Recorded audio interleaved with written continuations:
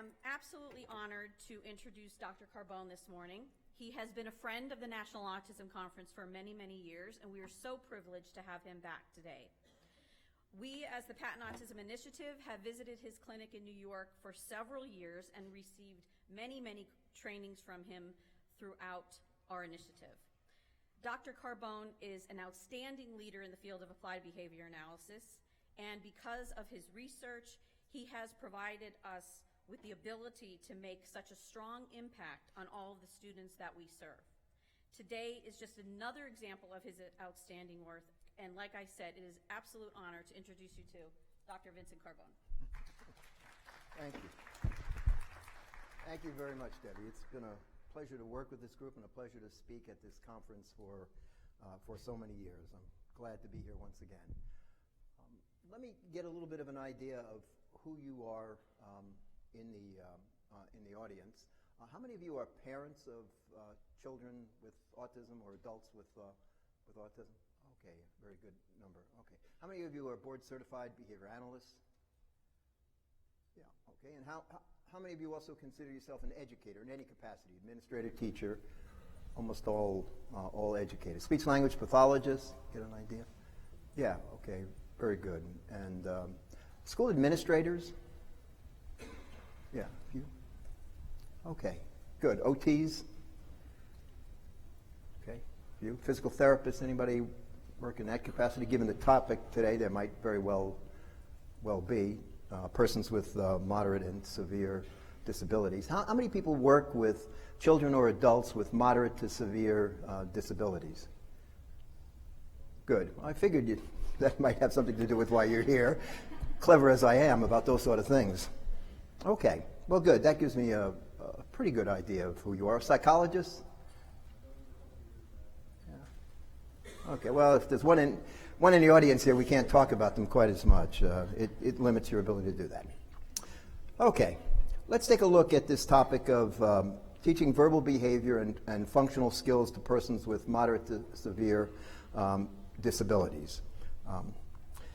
Let me give you an idea of what the objectives will be for this talk. I'll provide a little bit of an overview of Skinner's analysis of verbal behavior. How many people are at least aware of Skinner's analysis of verbal behavior and maybe have made some use of it? I figured that. So we're not going to spend a lot of time on that. This is a pretty informed audience. Okay? One of the things that I think is important is the idea of teaching verbal behavior to persons with moderate and severe disabilities. That's not frequently part of most curricula for persons with moderate and severe disabilities, including autism, of course, but across the spectrum of disabilities as well. But the idea of teaching verbal behavior or language is typically not always addressed within those curricula. So we will be speaking about that and the importance of that. I'd like to highlight during this discussion the Essential for Living assessment and curriculum developed by Dr. Patrick McGreevy. So a good portion of this discussion will be guided by Dr. McGreevy's work and his Essential for Living assessment and curriculum. How many of you have made use of that curriculum? Okay, just a few. How many are aware of it, heard about it? Okay. And how many have heard that it's daunting and overwhelming when you first look at it and it has discouraged you from going any further? Yeah, I figured that. We're going to deal with that issue today, I think. I'm hoping at the end of this, one of the objectives I have is at the end of this talk, you'll feel much more comfortable with delving into it and diving into that curriculum, and I'm going to try to provide you a guide on how to go through the materials without being overwhelmed. It is a very useful curriculum, and I'd like to do as much as I can to divest people of the notion that this is just so overwhelming, why bother, I can figure it out on my own without a curriculum. I think this curriculum adds something really substantial to your instructional practices, so I hope that's one of the things I'm going to do. In fact, the first half of this discussion will be on just guiding you through the material so you get a big picture of what's going on so that when you do pick up the materials, it will make very good sense. And the second half will be how you get started immediately with this without having to invest a lot of time, but can get immediately involved in providing a curriculum for persons with moderate and severe disabilities. One of the other objectives is basically choosing a method of speaking, since alternative communication is an important issue with persons with moderate to severe disabilities. How do you go about choosing? Should you choose sign language as a possibility? Should you choose a picture selection system? Or instead, should you stay with vocal production as the method of speaking? Keeping in mind that picture selection, exchange, and sign language are considered methods of speaking. Okay? It's a way of communicating, if you will. And McGreevy calls it a method of speaking, and I think it's a good way to talk about it. So how do you go about selecting that? I want to show you how he's designed that in Chapter 6 of his manual, how you make that decision. It's very well done. You'll see what I mean. Then, of course, the idea of how do you teach manding, requesting, tacting, labeling, if you will, and listener responses, which are typically not part of a curriculum for persons with moderate to severe disabilities. There's usually not a strong focus on that. However, it has enormous impact on the quality of life to have a manned repertoire, to have a tact repertoire, and to have a listener repertoire, but not the kind that you develop in a developmental program where you're having cards in front of children and you're hoping that eventually they learn how to learn, of which then they begin to prosper in general education and academic sort of settings. The focus is very different, and context matters, and we'll talk about the context in which you teach the man, the tact, some intraverbal behavior, as well as listener behavior, within a context that is functional for the individual. So it takes Skinner's analysis and shows where it can be used most effectively with persons with moderate to severe disability, but it doesn't look like the same kind of programming that you would do if you were using the VBMap, although there's quite a bit of overlap at first. But the context will matter. Where you do the teaching and what your materials are will make a big difference in how functional your curriculum ultimately is. So we'll talk about the basic verbal operants, Skinner's analysis, and then how to go about teaching that. In addition, we'll talk about tolerating skills, or this is problem behavior reduction, things like waiting, interruption, told no, and those sorts of things. So important aspects of that. And then how to teach activities of daily living, which are, of course, a part of a good program for persons with moderate to severe disabilities who don't learn that incidentally or through some minor instruction by a parent on how to dress, and in a day or so the child has it and is dressing themselves with no difficulty. Of course, it's a much more laborious and very precise and specific process. I'm going to get through just about as much as I can in terms of showing you videos. I'll try to show you little snippets of videos as we go through and try to hit these topics as much as I possibly can in a 3-hour period.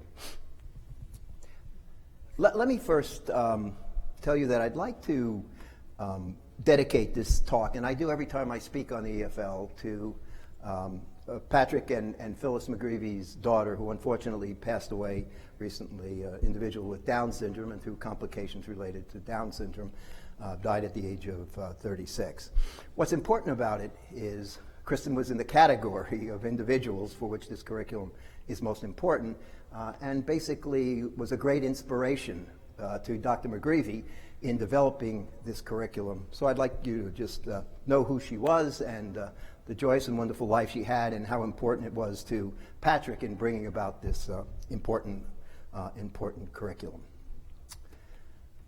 Let's take a look here at the essential for living. Let's start to go through this a little bit and look at this functional skill curriculum. We're going to talk about what it is, why you might use it, understanding it, data collection, and implementation. Now, here's what most people see almost immediately when they pick up the manuals, and I have them here. This is what you see almost immediately.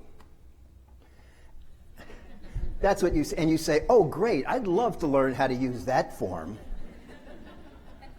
And then the person says, why did I purchase this, and puts it away, and every now and then goes back, but then looks at that and says, this isn't for me. I want to kind of debunk that notion. That is a confusing diagram. It's a measurement instrument that's used. Frankly, it confuses me a little bit still, but that's only one part of it. My staff, who use it much more regularly than I do, tell me it is very valuable, and I trust they're right on that. But it's not that you have to do this immediately and know exactly what it is in order to get started with this. But this is one of the forms that will kind of lead you to maybe putting things aside. Let me first go through some statistics that are drawn from New York State Department of Developmental Disabilities, as well as the Autism Speaks, that looks at why use a curriculum like this. What's the reason why you need something different, let's say, than the VBMap in order to teach persons with moderate to severe disabilities, but continue to make use of Skinner's analysis of verbal behavior and how important it is. Some of the reasons why. And let me give you just some statistics that have been drawn from some national databases. 15 to 18% of people with disabilities are employed as compared to 87% of non-disabled individuals. 90% unemployed. 20 students with autism, only 2 will be employed. Some say as much as 97. In terms of housing statistics, 35% of persons with autism will ultimately need 24-hour support. 87% of adults live with their parents, but only 22% want to live there. Given the current generation of typically developing kids, I think that the statistic is the other way. 87% want to live with their parents, and 27% would like to live alone, given current data on this current generation. But all that being said, it's reversed for persons with autism. 22% expansion in residential services. There's a moratorium in New York State on housing. And basically, many people with autism are rejected from housing opportunities.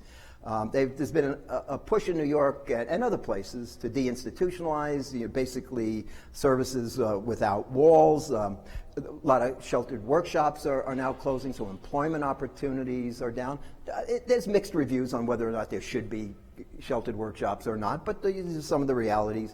Limited to no specific training on the challenges. So most of the people who are involved in these services know very little about autism and know very little about the effective treatment of persons with autism.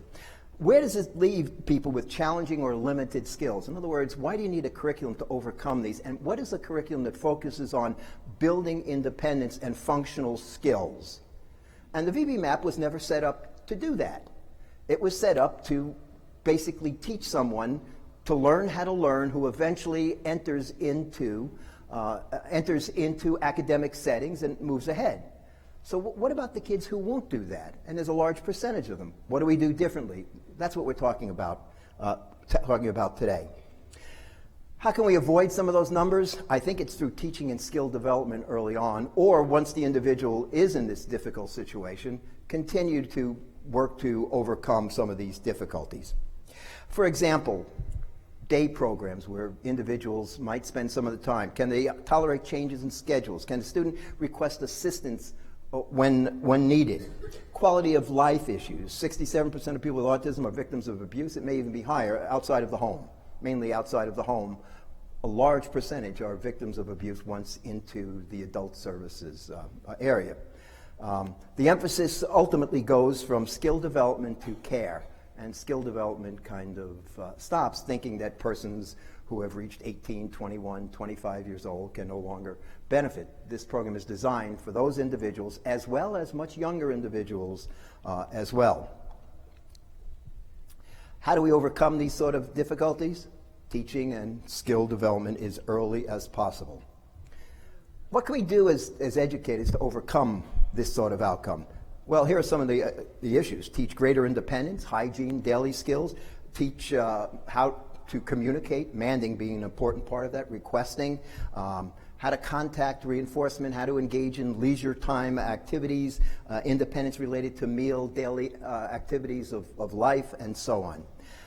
There's a growing need for this curriculum as the individuals with autism begin to age, and some of the early intervention sort of methodologies, which were very effective and have brought about enormous opportunities for many persons with disabilities. This group of individuals with moderate to severe disabilities have not benefited quite as much, and I think part of that has been there has not been a focus on that, a curriculum that is guided specifically by that. And Dr. McGreevy has basically dedicated his life specifically to this population of individuals.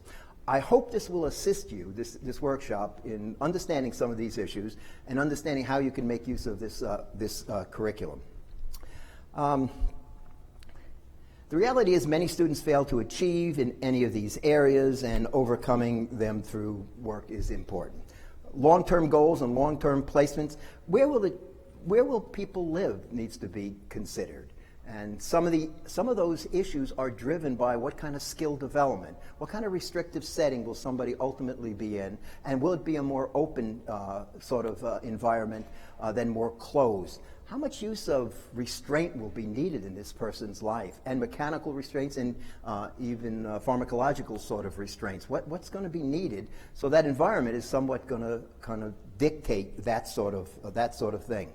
Well, things like, can this individual wait? Can you take this individual out into the community and not have severe problem behavior? As you know, many parents restrict their opportunities to the community because their children, for example, and their young adult individuals, children, at meals will dive across somebody else's table to grab food, can't wait to be served. And therefore the environment in which the person lives gets more and more and more restricted. They can't wait longer, can't wait in line for the cinema, for the theater, and those sorts of things. Can they follow multiple step directions and possibly have a productive employment and vocational history? Can they work for delayed reinforcement? In other words, do you have to be right there delivering food items to maintain any sort of work, or can somebody work for a reasonable period of time without that? Can they take any kind of criticism and redirection? All those sort of issues. Can they tolerate changes in schedules? The EFL is designed to look at all of these issues. Can a student request assistance when needed? These are all things that people don't think about teaching. And if you take a developmental approach, these things just don't get taught. And then at the time that you're 18, 19, 20 years old, you have none of these sort of skills. These are all repertoires of behavior that need to be looked at and addressed almost immediately in this type of program. Can they complete activities of daily living? How independent are they? Many people address these sort of issues without a curriculum like this. Many people understand activities of daily living are important. Can they follow directions while out in the community, for example? Do they have such enormous self-stimulatory behavior that it brings scrutiny in the community? Does it lead to disruption? Can they tolerate being around loud noises and commotion and general confusion that we all live with each day? Well, the answer to these questions, I think, is in the idea of teaching and skill development in all of these sort of areas.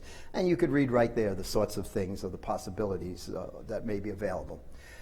So to overcome those sort of difficulties that aren't typically addressed maybe in schools or maybe not, and certainly not in curricula that have a developmental sort of focus, the EFL may provide a curriculum, assessment, and treatment manual for addressing these sort of issues, prioritizing them immediately and working on them as soon as possible.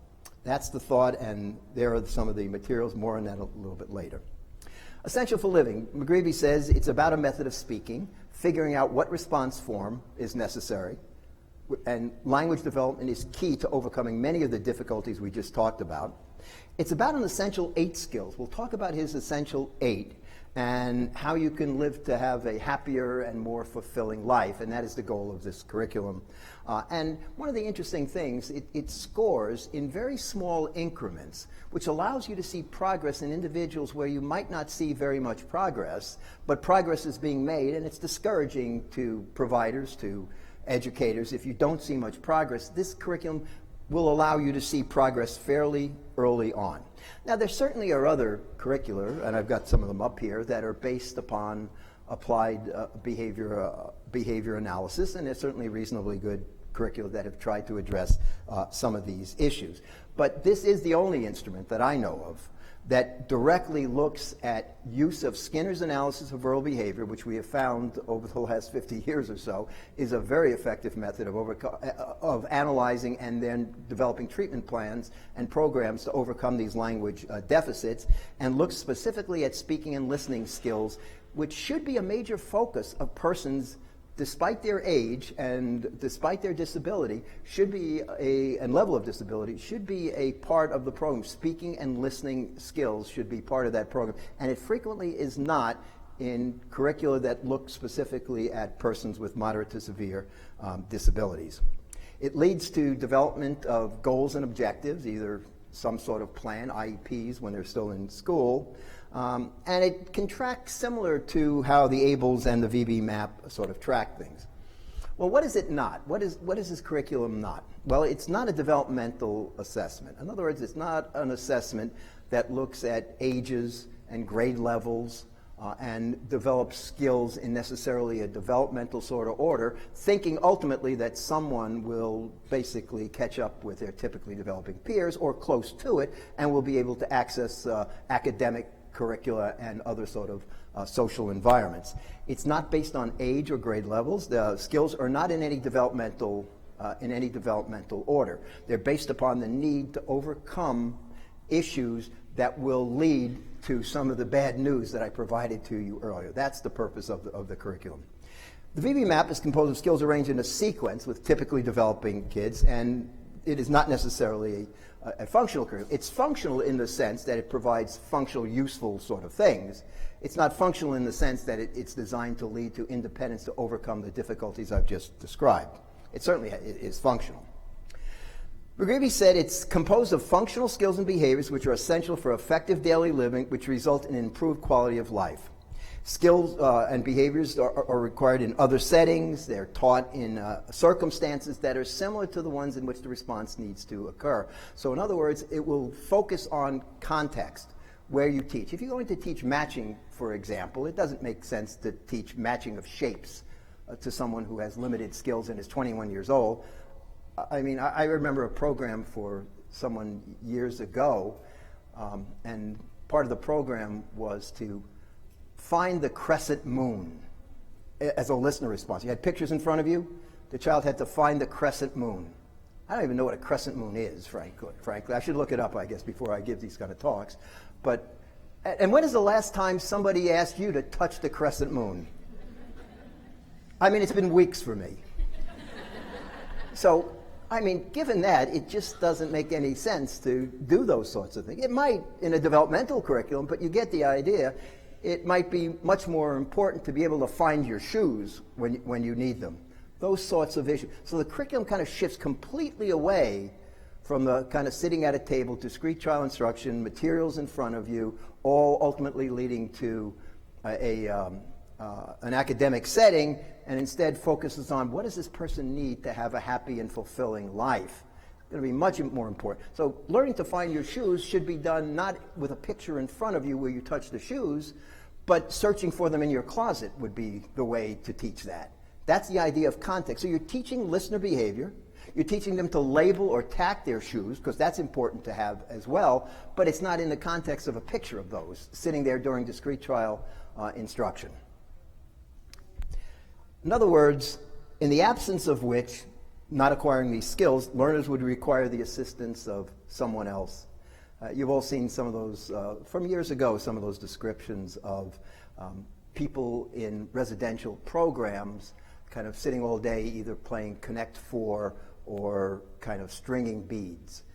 And the idea of, stringing beads, who would ever think, well, who's going to string his beads if he doesn't learn to do it himself? Imagine not being able to string your beads. That would be a major problem. I mean, stringing beads is of almost no value, except if you're working on some fine motor coordination that has something else in mind. But it's not something that's terribly useful. So it's that sort of focus. Let's take a look at a comparison between the VBMap and functional skills from the Essential for Living. It's good. On the left-hand side there, you see developmental skills from the ABLES VBMap. On the right side, you see the functional skills. For example, makes requests with 3 different carrier phrases. Well, that might not be necessary. Assistance with living skills is probably going to be much more important than being able to say, I would like some more juice, please, and spending a lot of time on that and having to teach every carrier phrase versus somebody who has a need to request help with some important daily living skill. Looks for items that fallen out of sight. retrieves a washcloth from a linen closet, matches identical items or pictures, takes clothes out of a dryer, touches one or two body parts when directed to do so, retrieves items and participates in activities that are part of a snack or break or some sort of important activity, completes out-of-context fill-in-the-blank, provides name and address when asked to do so, uses irregular plurals correctly, makes requests that include 2 items, 2 cookies, I'd like a cookie and strawberry yogurt. That might be much more important than some of these other sorts of things. Now, I'm not suggesting to you that you in this audience haven't thought about these sorts of things and thought, I need to do these things, and probably have with a lot of kids. So it's not like this is a new concept. What's new is that there's a curriculum that will help guide you through that process and an assessment process to get there that is specifically designed to do that, that includes Skinner's analysis of verbal behavior. That's the notion. That's what I think is most useful, is a way of having someone organize these in a priority sort of way to give you an idea, and then have teaching techniques associated with them, but also the idea of manding, tacting, and listener behavior. Listener behavior is basically following directions, understanding what people are talking about, being able to retrieve something, recognize something, relocate something, pass the salt, and an individual picks up the salt and passes it. That would be an example of a listener skill, relocating an item from one place to another. Those would be important sort of skills. So which assessment should you choose? Let me give you a little idea on this. This is similar to what McGreevy says and similar to our experience. We run the EFL in many of the schools we work in New York and Boston and London. We provide services in all 3 places, and we make use of this in the schools and agencies that we work in. And in our clinic, our center-based clinic in Dubai, we have many, and you'll see many of the children in the videos will be children from our center in Dubai, where we run the Essential for Living almost immediately on kids who we think will benefit from it. And I'm going to show you examples of who those kids are in just a second. So let's take a look which assessment to use. Well, you have a child that's ages 2 to 6 and starting to receive services. They have some kind of developmental delays, maybe even disorder, and delays primarily with social and kind of language skills, maybe some self-stimulatory behavior as well. You know the profile. The VBMap would make good sense for that individual. I'm going to give you general profiles. Children ages 2 to 6 who have, significant global delays and maybe even diagnosed syndromes that lead to cognitive impairments, for example. Specific syndromes, limited language, hearing, vision, or orthopedic impairments, and medical conditions, and maybe a combination of all of those potentially in a person with severe disabilities. Even though they're aged 2 to 6, I think the right decision is to make use of the Essential for Living. Now, that's not an easy decision to make, and it's not an easy decision for parents to make.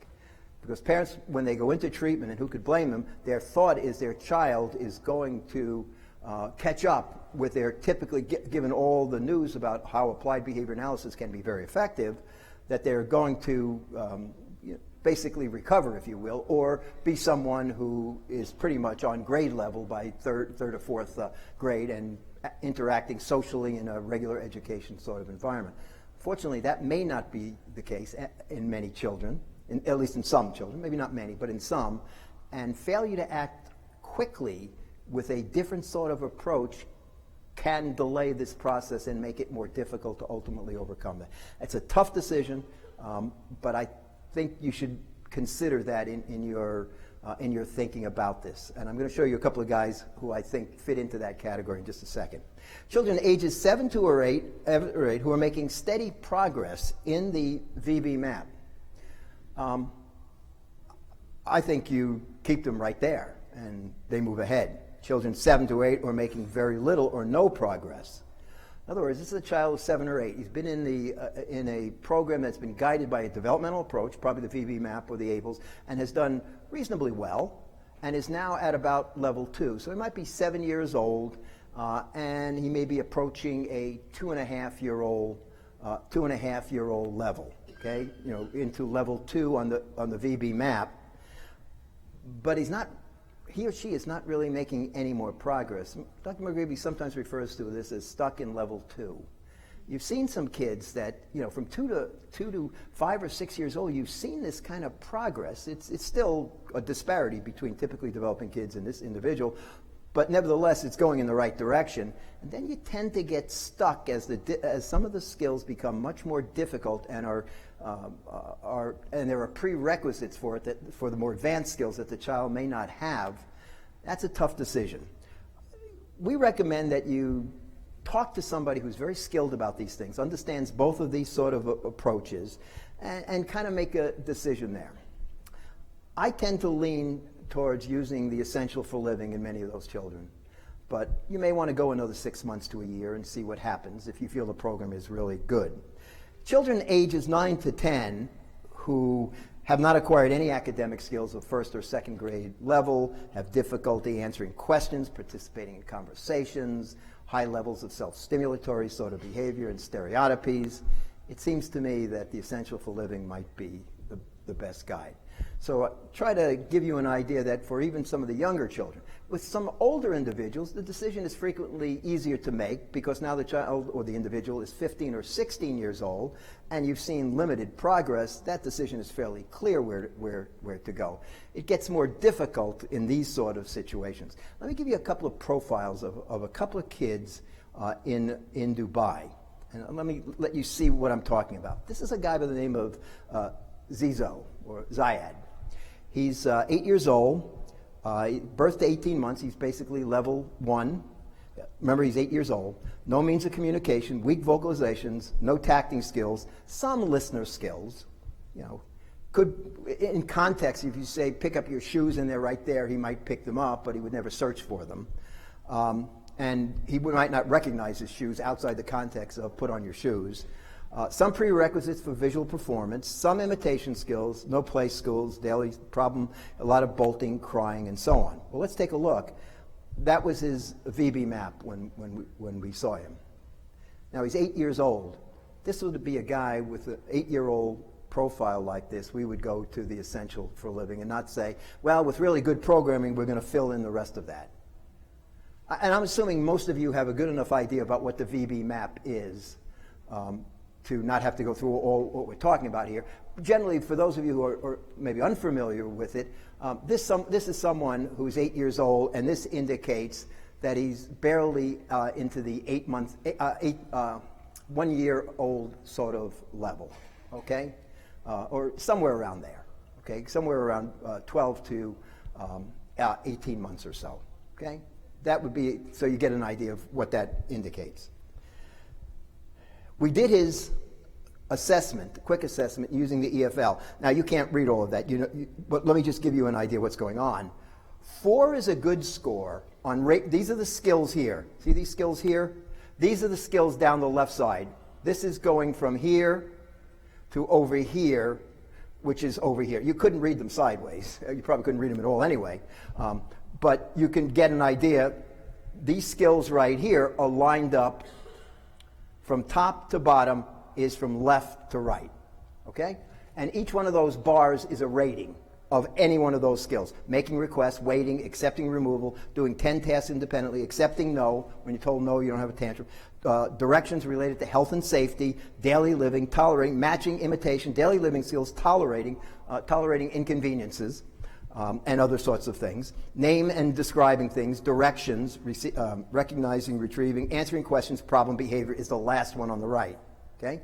Now, each one of these bars represents a score for one of these, and if you notice, 4 is a pretty good score. If we had all 4s across here, we might say, well, this is a guy that maybe we should consider staying in the developmental sort of approach. But look at Zizo here. Remember, this was his VBMap, and he barely gets out of scores of 1, which means he has almost no functional skills in that area. A 1 would mean almost no functional skills in those areas.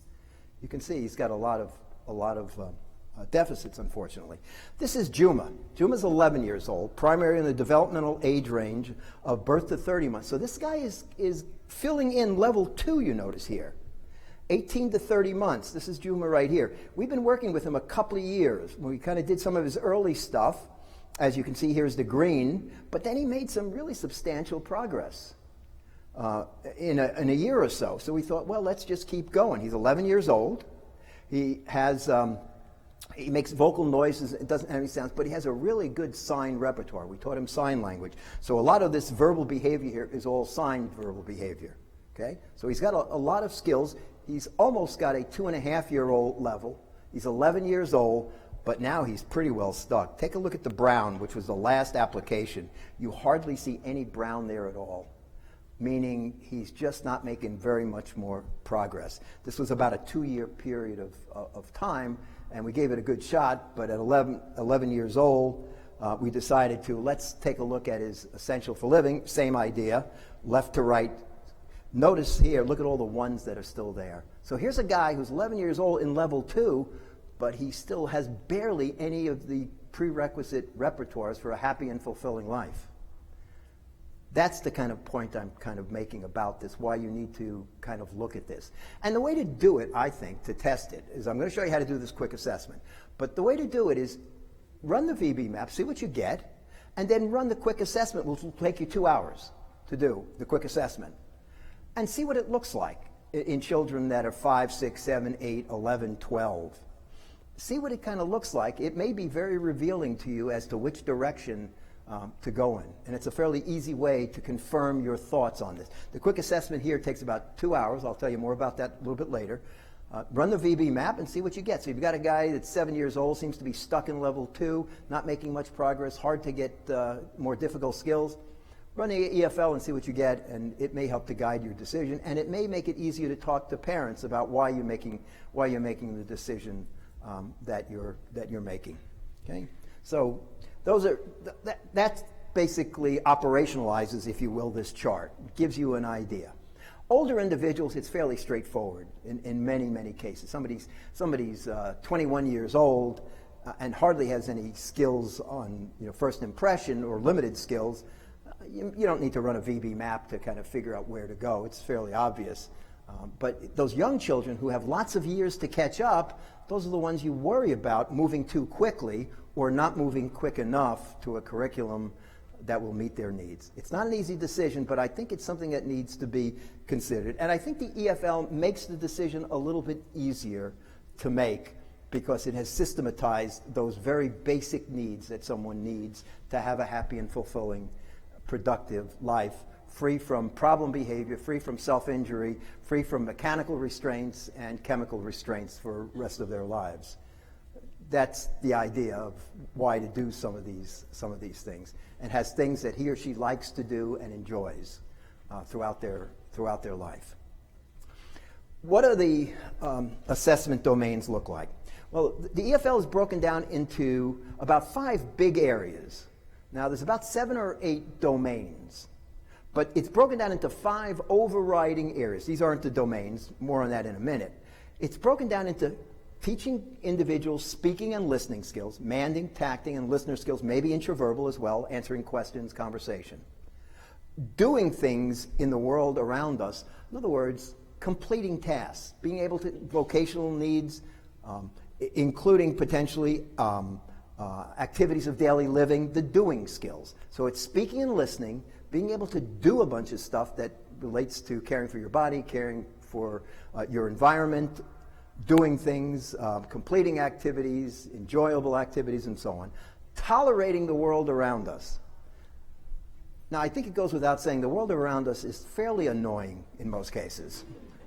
I'm not talking about any person in particular who's fairly annoying, but generally speaking, the world is a fairly annoying sort of place. Doesn't everything always seem to go wrong? A friend of mine who was an AV technician basically said there's a law of electricity. Any 2 wires that touch will get tangled. Any 2, then it kind of represents my life in a way. Something is always going to go wrong. There are inconveniences at every turn. And could you imagine for yourself if all those inconveniences led to tantrums, self-injury every day, how uncomfortable your life would really be and never solve some of these difficulties. So learning to tolerate the world and avoiding the idea that people walk on eggshells. He uses the term eggshells, McGreevy. People walk on eggshells around you to avoid having you to experience the inconveniences only leads to someone, when someone isn't going to accommodate your environment, to you being very, very uncomfortable and probably living in a very restricted environment with lots of interventions that are unpleasant. So learning to tolerate the world is and the inconveniences that it brings. Is that inconvenient to have to wait in line at the theater? Inconvenient to have to wait for your food when you get served? Inconvenience all the time. If you can't do some of those things and learn ways to tolerate those. In his book, Walden 2, Skinner had a whole section on how we teach children in this fictitious utopian society, Walden 2, how we teach children to tolerate the inconveniences at a very early age so that they don't interfere with productivity of your life and happiness of your life. A very important issue. Tool movements. Can you do basic movements like matching and imitation? Can you grab things? Can you reach for something? Can you hold something in your hand for a period of time? Can you put something into something else? These are called the tool movements, all these sort of movements. You see the similarities between and among things. You're able to match things. You're able to imitate what somebody does. Tool movements, and then inappropriate behavior. How do you, basically, that's another area that's addressed. So these 5 big areas here define what the EFL is attempting to look at. Here are the domains. Notice the 5 big areas: speaking, doing, tolerating, tool movements, inappropriate behavior. Here are the domains: requests and related listener responses, names and descriptions, answers to questions and conversation. The doing skills are domain 4, daily living and related skills, functional academics. We'll talk about that. I think if you're in a school environment, that you ought to go into the functional academic section, despite the fact that you might not if somebody was 30 years old needing this program. But if you're in a school, you probably wouldn't get into the functional academics necessarily, unless the profile dictated. Even with the profile not dictating, I'd go into the functional academic section for a couple of reasons. Schools are designed to teach academics. You have the materials. You have the best ability to teach these skills that somebody may not have the opportunity once they're out of school to ever have any academic instruction. So you're best equipped to do it.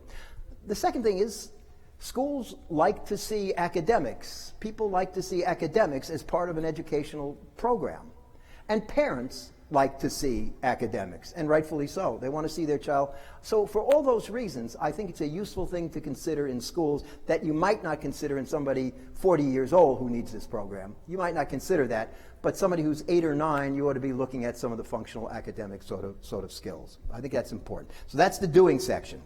6 is the tolerating skills and eggshells, learning to tolerate things and how to avoid walking on eggshells around the individual. Number 7 is the tool skills and component skills, all these things that you need to learn to do to match, to imitate, and so on. And then finally, dealing with inappropriate behavior. So there are 7 basic domains plus problem behavior. Now, this manual has a chapter for each domain. So each domain is described in this manual, and you notice there are colored tabs. Those colored tabs relate to not the chapters, but to the domain. So each domain has a chapter that includes all of the skills in those areas, and we'll talk about how you select which one. So all the skills in the 7 domains, there's 7 domain sections with all of the skills listed from 1 to whatever number they go to. Okay, so I want to give you the big picture to kind of guide you. If you pick that up, you will see that first diagram I showed you first. And we'll never kind of see this, or maybe you will, but you've got to be pretty determined, and basically you're going to work on a pretty lean schedule of reinforcement while you're going through this, okay? You have to have good tolerating skills to go through this, okay? You have to tolerate the inconvenience of ambiguity and not understanding things. Hopefully what I'm going to do is when you try to look at this, and I hope you do, that'll all be a lot easier to do. It'll all make a lot more sense, and so on. I'm trying to get rid of the response effort that's required to do something very useful. That's my hope. 7 domains. Now, each of the skill domains have a number associated with them. You see the R there. That's requesting. And these are R1 through 7, R8, R9, R10. You get the idea. They just go up and up and up. And here's what happens. As they go up from the lower numbers, they get more difficult. But the lower numbers are more functional. So functionality goes from here downward. Less functional to more functional. Less difficult to more difficult. So as you go up, the skills get more difficult to acquire and more difficult to teach. As you go down, the skills get less functional as well. But they may be functional for some individuals. For example, making requests to be warmer or cooler. Now that's fairly important and pretty functional, I think. They're all functional, but maybe less functional than hurting people to get things you want in the environment. It's kind of less functional in that. The first thing you'd want to work at is teach people to ask for things they want without hurting themselves or others. Might be a better place to start than making it cooler or warmer, but still functional. So that's how the skills are arranged. And every one of the skills has a letter and a number associated, and a numeral. A letter and a numeral associated with each one, indicating which skill you're working on. And there's all kinds of coded ways of doing it. That's where it gets a little crazy for people. You look at all those codes, EDF, and you just your head starts to swim. I'm going to show you how to deal with that issue, okay? Has anybody experienced that? You looked at all the codes and you thought, it'll take me forever to learn this language and figure it out. Yeah, it's a common sort of thing. Let me help you to deal with that, okay? I'll get to that in a minute. Okay? There's the difficult and functional breakdown. But he's done something that I think is really very, very interesting. He's broken the skills down into 4 categories. There are must-have skills. These are skills that everybody must have. That if you're going to teach anything, teach these. There are ones that the person should have. That sequence from R1 to R64 or whatever are going to be broken down into must-have, should have, good to have, nice to have. I think it's a fabulous way of thinking about where you're going with this. So some people will never get out of the must-haves and should-haves, but their life is going to be a lot better. It would be nice and good to have a few other skills, but it's not going to make the difference in terms of your overall quality. You're going to be free from injury, you're going to be free from all of the other big problems, but it sure would be nice to be able to have a little conversation with someone over lunch, be able to answer questions, and it sure would be nice for somebody to be able to ask questions about you. Those are the nice to haves. But more important, that you can ask for things you want in the environment, for people to leave you alone without hurting yourself and other people. So it goes from must have, which are down in the R1, R2, R3, those are all the must haves, and then goes up to the nice to haves. And it's all broken out very clearly in the manual. Now, let me orient you to the manual. In studying the manual, here's where you need to go first. Read the introduction because it's interesting. But you need to go to chapter 3. Once again, the purpose of this talk is to give you advice onto how it's likely you'll make use of this, and it won't be overwhelming, but the payoff it's still going to be a little daunting, but the payoff is going to be enormous for your students. Chapter 3 is the scope and sequence of the curriculum, which is always isn't that where you go first usually when you get a new curriculum? You go to the scope and sequence. In other words, what's covered and in what sequence? What's the scope of it and what's the sequence in which it's presented? Chapter 3 is the scope and sequence of this manual. Okay? Now, you're not going to be able to read every bit of this, but it's not important to you. If you see here, this is the beginning of chapter 3. Notice here it says chapter 7, speaking and listening. Remember, that's domain number 1. You can go back to remember the 7 domains plus problem behavior. Speaking and listening is domain number 1. Notice I've got it highlighted here. Okay? These are all the skills. Here is must have and requesting. These are all the R numbers, which are in, these are all the R numbers, which are in EFL beginning on page 115. That's what that is. ARP is I'll talk about that later. Don't worry about that. EFL 115. So if you want to look at the must-haves for Domain 1, which is requesting and listening, these are all must-have skills right here. And here are the pages in which they're on, so you can go to them right away in this book here. So if you want to say, okay, what is R 6 through 7? I don't know what that is. Well, you go to page 115 and you sequence through and you'll see what that is. So remember, now we're looking at the must-haves. Now there's also some should-haves here. See should-have right there? There's also some good-to-have, and there's also some nice-to-have. So here is, you go to Chapter 7, and you get the full listening and speaking skills from must-have to nice-to-have. And they'll all be right there for you. Okay? Now, if you're unwilling to do any work at all, I can't help you. Okay? So I just want to make that point. If this is still too not complicated for you, but too daunting or something you don't want to do, there's not. I can't just be there with you to. But this'll get you going. Read the introduction and then go to chapter 3. I think chapter 1 and 2 hardly have any pages anyway. So if you want to read those, fine. Chapter 3 is where the meat really starts to come. Okay. Now let's go to domain number 2. Notice that right there. Domain number 2. That's still chapter. That's still in chapter 7. You're in chapter 3, looking at where these things are in chapter 7. These are the must-have listener responses. Okay? And we continue on the next page. There's the good to have, there's the nice to have. Here we have domain 3. Remember, there's going to be 7 of these, right? Domain 3 basically answers to questions and conversations. There are no must-haves and should-haves in that section. Having a conversation isn't a must-have or should-have. It's a good to have and nice to have. But it isn't a must-have. The other 2 sections, speaking, talking and listening, there are must-haves there. Okay? So let's now continue to move on. Now we're up here at domain number 4. No, I'm sorry, domain number 6. I missed 5. 5 is the functional academics. Right here. There are only good to have and nice to haves there too. There are no must haves or should. Get the idea how it kind of focuses you. It gets you to look at what the things that are important. And he's got a list of what objectives. If you've got a child who falls into the area of must to have based upon the assessment, which we'll talk about the quick assessment. That quick assessment that I showed you is what gets you to which must to have, should to have, and so on.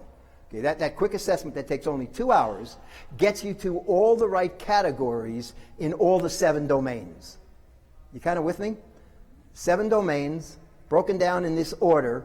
The quick assessment gets you to which one, and if you want to know where to find it in the manual, chapter 3 has the scope and sequence. Functional academics. Let's now go to domain 4, tolerating skills and eggshells. This is that tolerating. Remember, one of the domains was tolerating? This is number 6. Number 7, tool skills and components like matching and so on. Once again, there are should-haves and nice-to-have. There are must-to-haves in tolerating skills and eggshells. In other words, tolerating would be things like, can somebody tolerate going to a dentist without having to be sedated? Now, there are ways to teach that. Not that can always be overcome. And many dentists, no matter how much you tell them, my child can tolerate this, will want to sedate them. Anyway, so choose your dentist carefully, obviously. But can your child tolerate a blood draw without being in a papoose, being wrapped up completely? I mean, that's the kind of tolerate. Those are the kind of really must-have tolerating sort of things. Can they have their blood pressure taken? Can a physician look in their eyes and their mouth, in their nose and their ears without major tantrums? All of which are absolutely critical for good health, as you well know. That's a lot of the tolerating stuff when it comes to health and safety. Now, there's a lot of other tolerating stuff. Can you tolerate waiting in line? Which is a must-have as well. But you get the idea. So domain 7 is all these tool skills. More on that in a second. So there's the 7 domains in chapter 3 broken down. Remember, over here is the EFL page they are on. Any of these objectives here, this is the stuff that scares people. You've got this TBHI stuff and you think, what is TBHI? And you just kind of, don't worry about that at first. You're not going to need any of that at first to get started, okay? You're not going to need to know any of that to get started. Trust me on that. You won't, and I'm going to show you why that's the case. Well, the T, obviously,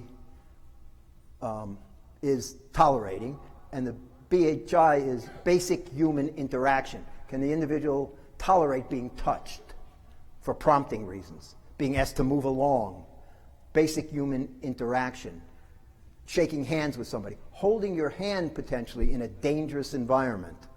That would all be the TBHI, basic human interaction.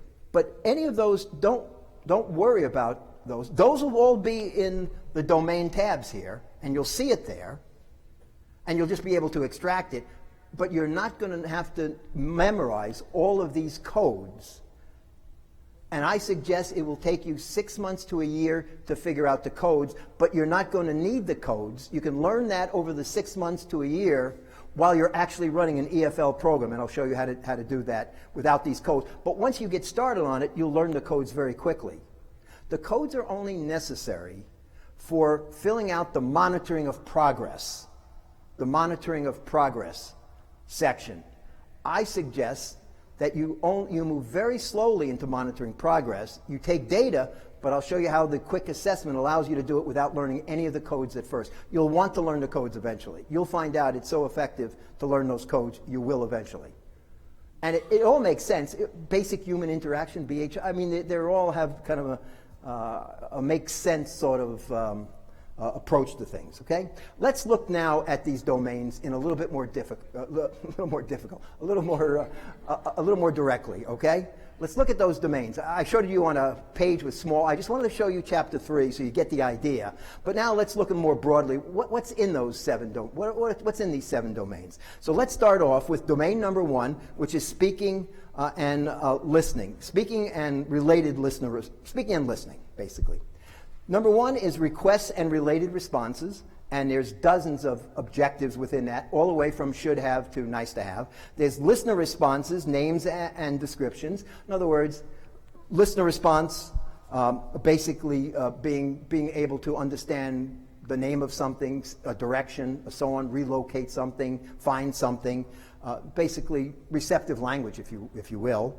Names and descriptions are being able to name something or describe it in a word or two. Okay? And then finally, answers to questions. Most of the must-haves are right up here all the way to nice to have. These are basically nice to haves, should haves, not should haves, but good to have, nice to have. Okay? This is requests and related, must-have related skills. And you can see here, requesting items, requesting that certain unpleasant situations be removed. These are the must-haves. Waiting for requests to be honored. Accepting no when they are not honored. Accepting no comes under speaking and related listening. In other words, you have to learn to wait as a listener response. Somebody says wait, and you do, you're acting as someone who understands what somebody just said. That's why the section is called speaking or requests and related listener responses. The listener responses are requests by the parent or by the teacher. So this is a list of those sorts of things. Okay? There's R6, exhibits the reliable mode of movement. More on that later. Should have. Here's some of the should haves. Requests items and activities that cannot be made available immediately. Requesting less preferred activities. Requesting that an audience notice someone. Hey, pay attention to me. I'm here. Talk to me. Those sorts of things. Those are the should haves. Let's take a look now at making requests for highly desired items. Good to have skills are make a request for privacy and to increase personal space. Make a generalized request for acknowledgement. I'm here. Make a generalized request for feedback, approval, or confirmation. Did you hear me? Those sorts of things. Those are good to have skills. And then finally, the nice to have skills are things like excuse me, please, where questions, who questions, manning for information, items, activities, and so on. That's a breakdown of it. So I showed you chapter 3, and this is chapter 7. This stuff that I just showed you here is all in chapter 7 as indicated in the scope and sequence. And it's broken down that way. Here are some of the listener skills. Remember, this is domain number 2, of which there are 7. Okay? Domain number 2. This starts with the must-haves. Hold the hand of an instructor. Move towards or sits next to him. Remain in line when directed. Stand up, sit down, fold hands, move from one location. These are must-have skills related to being a listener. In other words, understanding and being able to follow direction. This is domain number 2 of 7. Should-haves. When directed, complete dressing activity, perform household chores, turn off lights. Get the idea? These are should-have skills. Now, how are you going to determine which place the child that you're working with is? The quick assessment, which I'm going to show you in a minute, is going to guide you to where you're going to be in the sequence.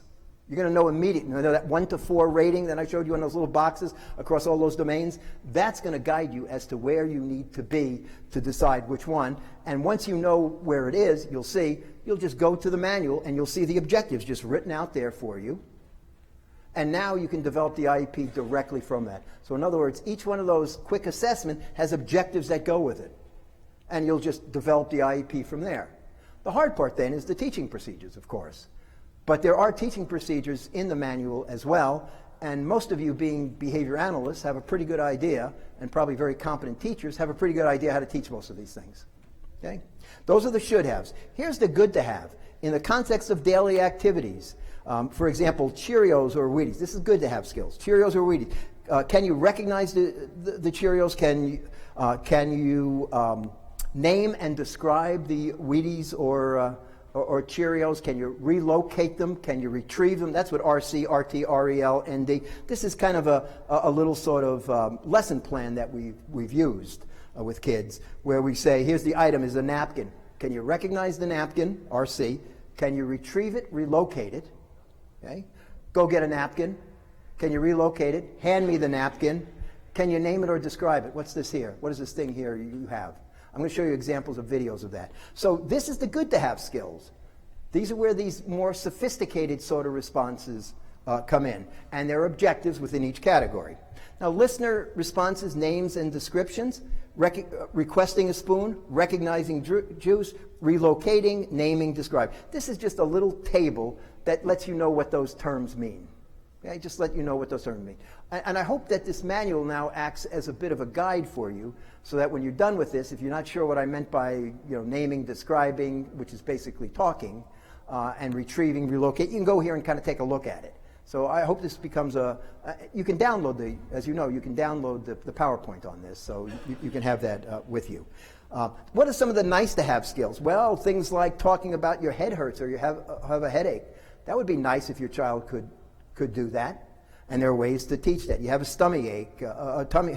That's an interesting recombination of, Skinner calls that fragmentary recombination of words, Yeah, I had some examples, but I'll leave those for later. But I'll give you some examples of those. But that's an interesting sort of notion. In the context of daily living activities, these are done in activity. This isn't done sitting at a table. Give me the spoon, or not in this case, but in the other case, give me the spoon. It's done at breakfast or it's done at a meal. It's taught in the context in which these things occur. And of course here, these are some of the nice to have sort of skills. Answering questions, you notice there are no must-have, should-haves. It starts immediately with good to have skills. And do you want Cheerios? And look at the person. The answer over here is yes. What do you want? Cheerios. Which one do you want? Cheerios or Wheaties? Which cereal do you want? What do you need? A spoon. And what do you need?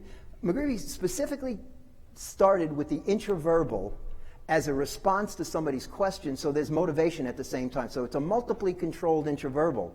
In other words, rather than saying a bird says tweet tweet as a kind of a fill-in, or what does a bird say, which would be of no value to many of the individuals that we're talking about. But being able to answer questions about things you want is still intraverbal behavior, beginning of conversation, not a conversation, but the beginning of it.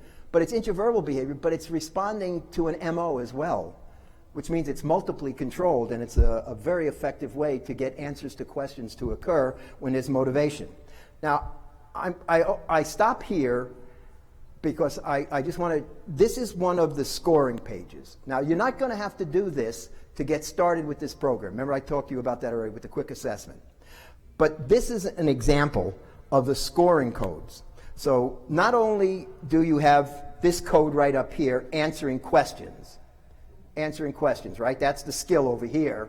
But now you've got to code it across all of these categories, which you have no idea what they mean right now if you haven't looked at the manual. That's the sort of stuff that discourages people.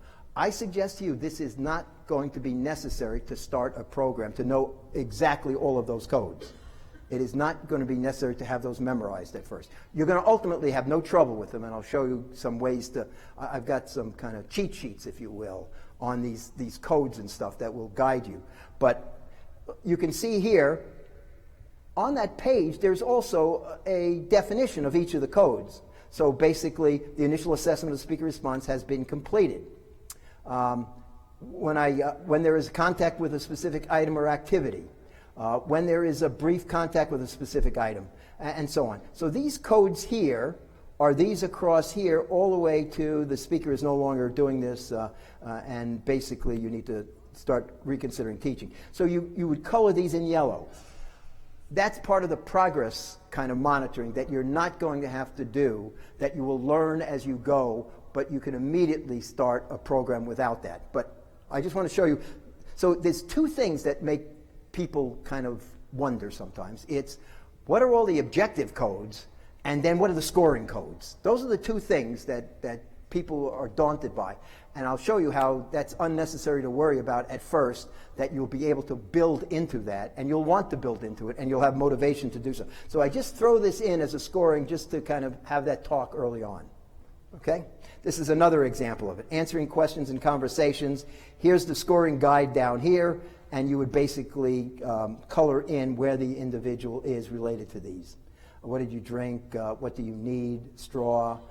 What makes the smoothie? Where is the milk in the fridge? And so on.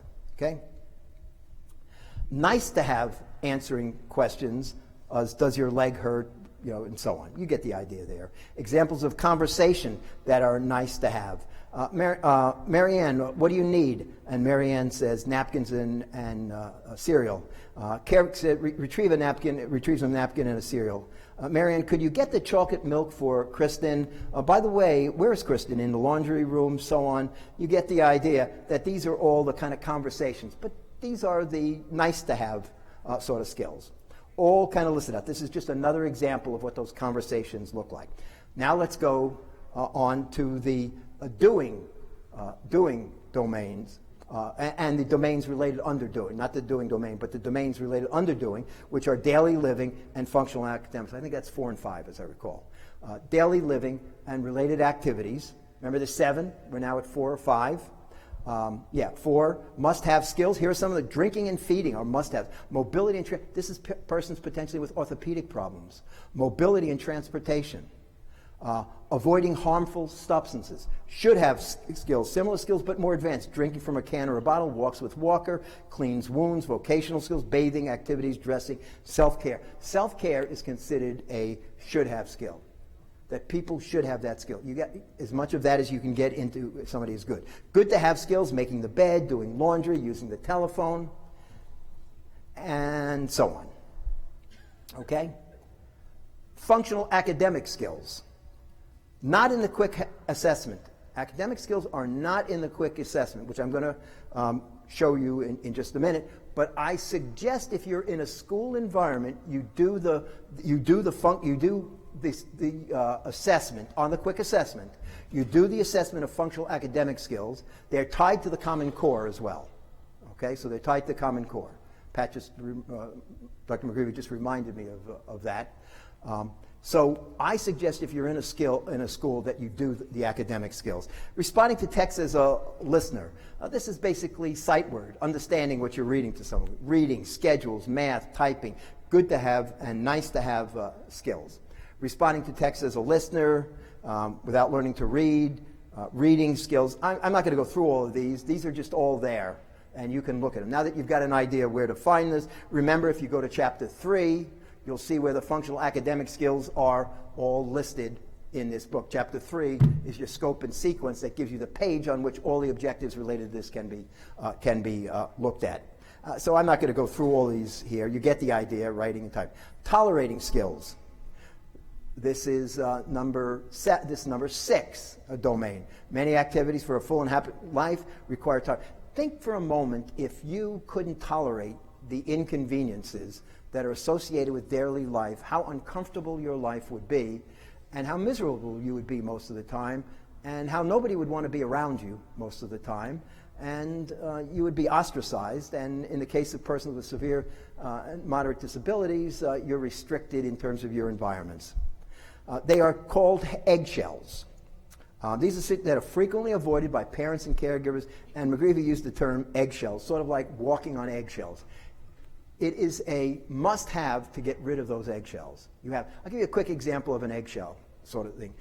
I knew a child who, once he placed a video in to watch it, if he did not watch the entire video and get to the credits at the end, he could not be interrupted.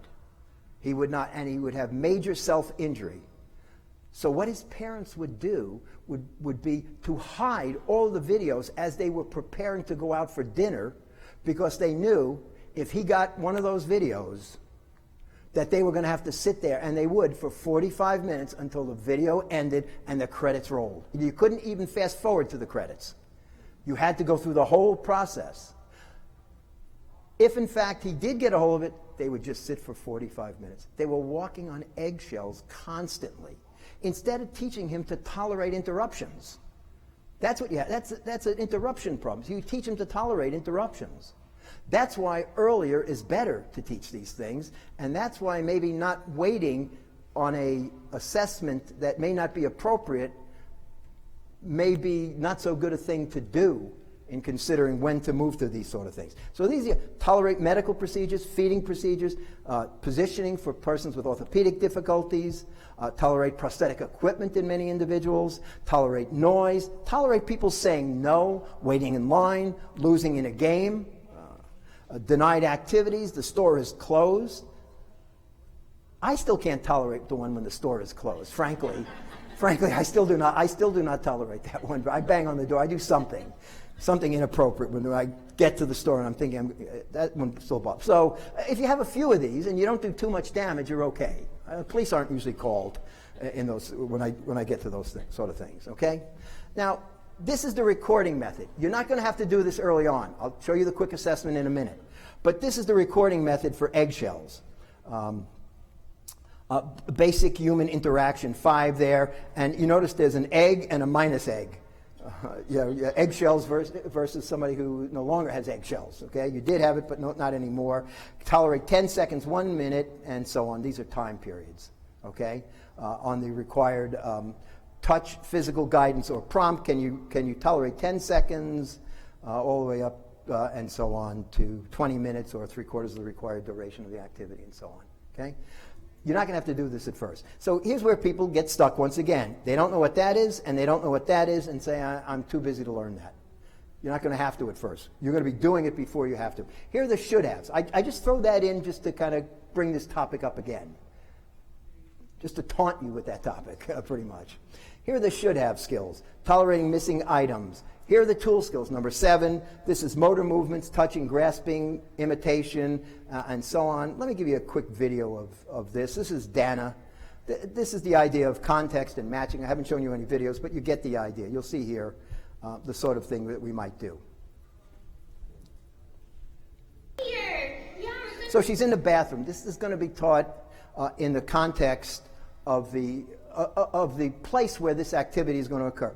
Dana's a little girl in our clinic in Dubai. That's Levi, who's working with her.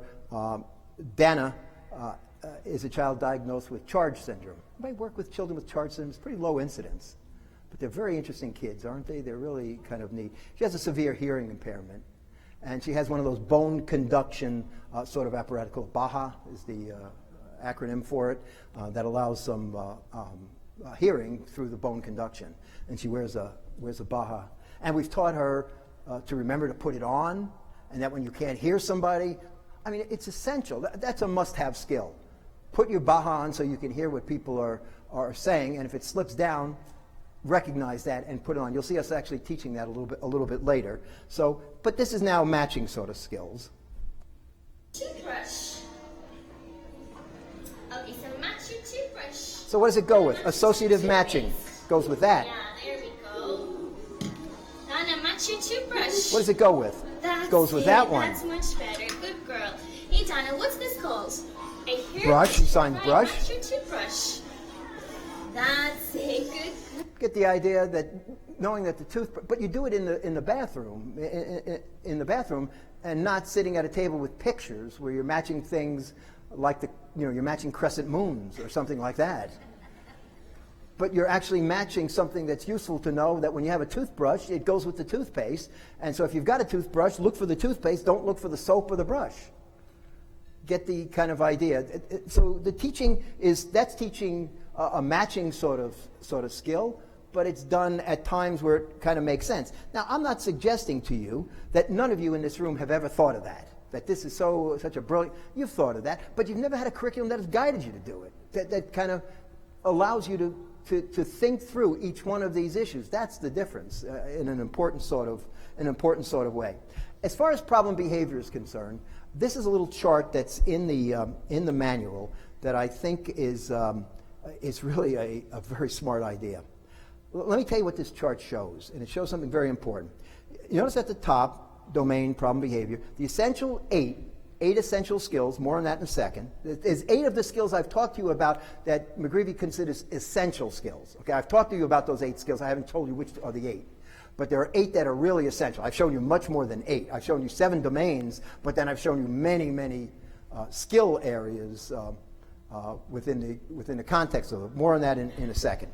But notice here, 8 must-have skills that are part of skill domains 1, 2, 4, and 6. Domains 1, 2, 4, and 6. You can go back to that chart I showed you with listening, manding, listening, and so on. He basically says that making requests for an audience, making requests for companionship, making requests for feedback, making requests for acknowledgement, if you don't address those, these are going to be problem behaviors motivated by attention, and attention is strong. These are part of the 8 essential skills that if you don't manage them, you're going to have an attention-seeking individual who may engage in property destruction, self-injury, or aggression.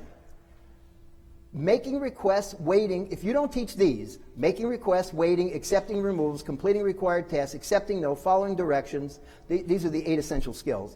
Completing daily living and tolerating, you're going to have avoidance or escape behavior and maybe some attention as well. In other words, if you don't teach these skills, you're going to have somebody running away from tasks all day long. And these are important tasks like waiting, making requests for the removal of things that are bothersome, accepting removals, completing required tasks, following directions. If you don't teach these 8 essential skills, this is the essential 8 right here, you're going to have somebody who's going to avoid and escape from the... So I'm putting it in the context of functional assessment, or Patrick did. Putting it in the context of... You're going to have an escape-motivated individual, and their life is going to be very uncomfortable. And then finally, number 1, which is making requests. These are all number 1s.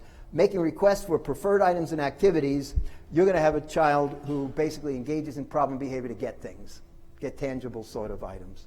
And these are 3 big areas: attention-seeking behavior, escape-motivated behavior, and reinforced by tangibles. Those are 3 big areas under functional assessment that McGreevy is suggesting that if you teach those skills, you will be treating those functions. You will overcome and not have to develop a behavior plan separate. If you actively teach these skills, then you won't have to run a functional assessment to figure out how to get rid of escape-motivated behavior. It will be gotten rid of by the acquisition of a skill. Not the removal of something, but by the acquisition. So basically saying that good instruction is your functional assessment and BIP. Good instruction, you don't have to run those sorts of things, except maybe in unique situations, if you provide good instruction. In other words, if you have a repertoire of skills and you're not devoid in these areas of skills, all these behavior plans may be unnecessary during your instruction. So it's not a matter of he goes out and won't hold my hand, so I now run a behavior plan for that. Well, teach the tolerating skill. Once he's got the tolerating skill of willing to hold my hand when we get to a street, you don't have to then have a behavior plan for when he's out on the street. We've got to have, well, what's our BIP? Did you do an FBA? You don't have to do any of that because the acquisition of skills eliminates the need to do all those sorts of things. It's a really nice way of thinking about that, and this diagram just brings that point home completely. Okay, what I want to do is I want to take a break now, because then I want to do the quick assessment with you and show you how you can get started immediately with everything I've talked about without having to worry about all the codes at first. Okay? So it's 20 after. I'll see you at about 35 after the hour. Okay?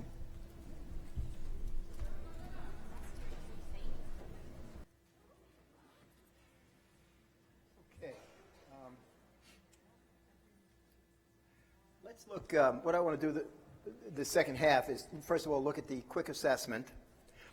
And then what I'd like to do is then show you just some teaching across some of the domains, just to give you a sense of how it looks a little bit different than a developmental sort of approach in terms of how you'd go about teaching some of these skills. Keep in mind, there's a great deal of overlap in the early learners. So if someone's 9 years old and starts on the EFL with lots of ones in the quick assessment, that program is not going to look that much different than a developmental program. You're going to be teaching manding, you're going to be teaching labeling and tacting, you're going to be teaching listener behavior, imitation. You're going to be teaching all those same sort of skills that you would be teaching, but they'd all be taught in context. So it would not look that much different. It will change fairly quickly as more skills are acquired. So let's take a look. This assessment will take you about 1 to 2 hours to complete. My sense is anyone who knows a child particularly well and has a general understanding of some of the concepts I've talked about, you'll have no problem in conducting this assessment. Those of you who are parents and would like to do a comparison like I did with the VBMap, maybe your child has a VBMap and you want to compare it to the EFL, go ahead and do the assessment, fill out the assessment, and get an idea of what your child looks like compared to that, given their age and so on. It can be done by interviewing one or more caretakers. It can be done by observation. It's all according to how you want to go about doing it and the time and access that you have. The program can begin immediately. There are important 8 skills embedded within the context of the quick assessment. Remember, I've already shown you the quick assessment and had all those skills down the left-hand side and one across.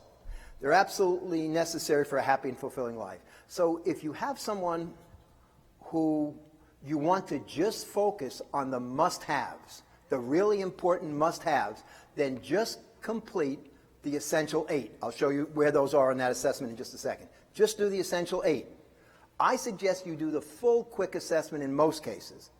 But someone with severe problem behavior, orthopedic sort of problems, major health sort of issues, you may want to just focus on the 8. You know the units in schools where nursing care is provided for children with orthopedic and medical sort of problems, there's a nurse usually assigned to the unit as well. That would be the type of individual who might benefit just from the essential 8. You know those units, right, in schools? You all, those of you who work in schools, see those units all the time. The essential 8 would be a perfect sort of thing for them, but also for some other individuals as well. Wow. I thought Mike would get a better response for his presentation than that. Without these skills, children and adults with disabilities will almost always exhibit problem behavior, limited access, and so on. These are the essential 8. Making requests, waiting, accepting removal, completing 10 activities, accepting no, following directions, completing daily activities related to health and safety, and tolerating health and safety. And these are the skill numbers that are associated with those. So if you decide to just do the essential 8, these are pulled from all 7 domains. Now, they're the essential 8. Remember, there's 7 domains. These are the 8 important skills. These aren't domains. These are the 8 important skills that are pulled from the 7 domains that suggest somebody with severe sort of issues that you may want to just focus on that. And your IEP would be derived literally from these right here. That's daily living skills, listener response, requesting. These are all requesting. That's the R's. Daily living skills here. And these are all tolerating skills, T. Kind of see how you kind of can get it almost immediately. This is Eating, drinking, and feeding. EDF, eating, drinking, and feeding. You see it down over here. Eating, drinking, and feeding. So, okay. But let's look now. The skills I just showed you for the essential 8 are these skills right here. Now we're in the context of the full quick assessment. Notice bracketed right here are the 8 skills that I just talked about. That's those 8 skills right there. Okay? But there's many more skills in the full quick assessment. I recommend in most cases doing the full quick assessment. Now, you can get an app for this if you want as well. And by the way, this is not shameless commerce. I don't get a cut on anything. I'm not selling anything. I just think this is important information. EFLapp.com, if you want to take a look at the app for filling this in and doing all the scoring using an app, it's really very nice. It was developed by Data Makes the Difference by Steve and Liz Mayer. Some of you may know them. Yeah. Okay, let's talk now about doing the quick assessment. Okay? The quick assessment basically is these 4 pages. Right? That's the way it's going to look in the book. Now, you might be able to read some of that, but the important part isn't to be able to read every detail. It's getting the big picture here. These are the skills from left, spoken words, to right, problem behavior. They go down. Okay? You get that idea? If you laid that sideways, flipped it 90 degrees, you would have that laid out that way. Okay? So it's impossible to read it sideways. So I just kind of lay them out for you here. Now the first 2 are spoken words and alternative method of communication. Spoken words, alternative. You see the 2 right here? Then you get the essential 8, and then you get the rest of the skills that are part of the quick assessment. Okay?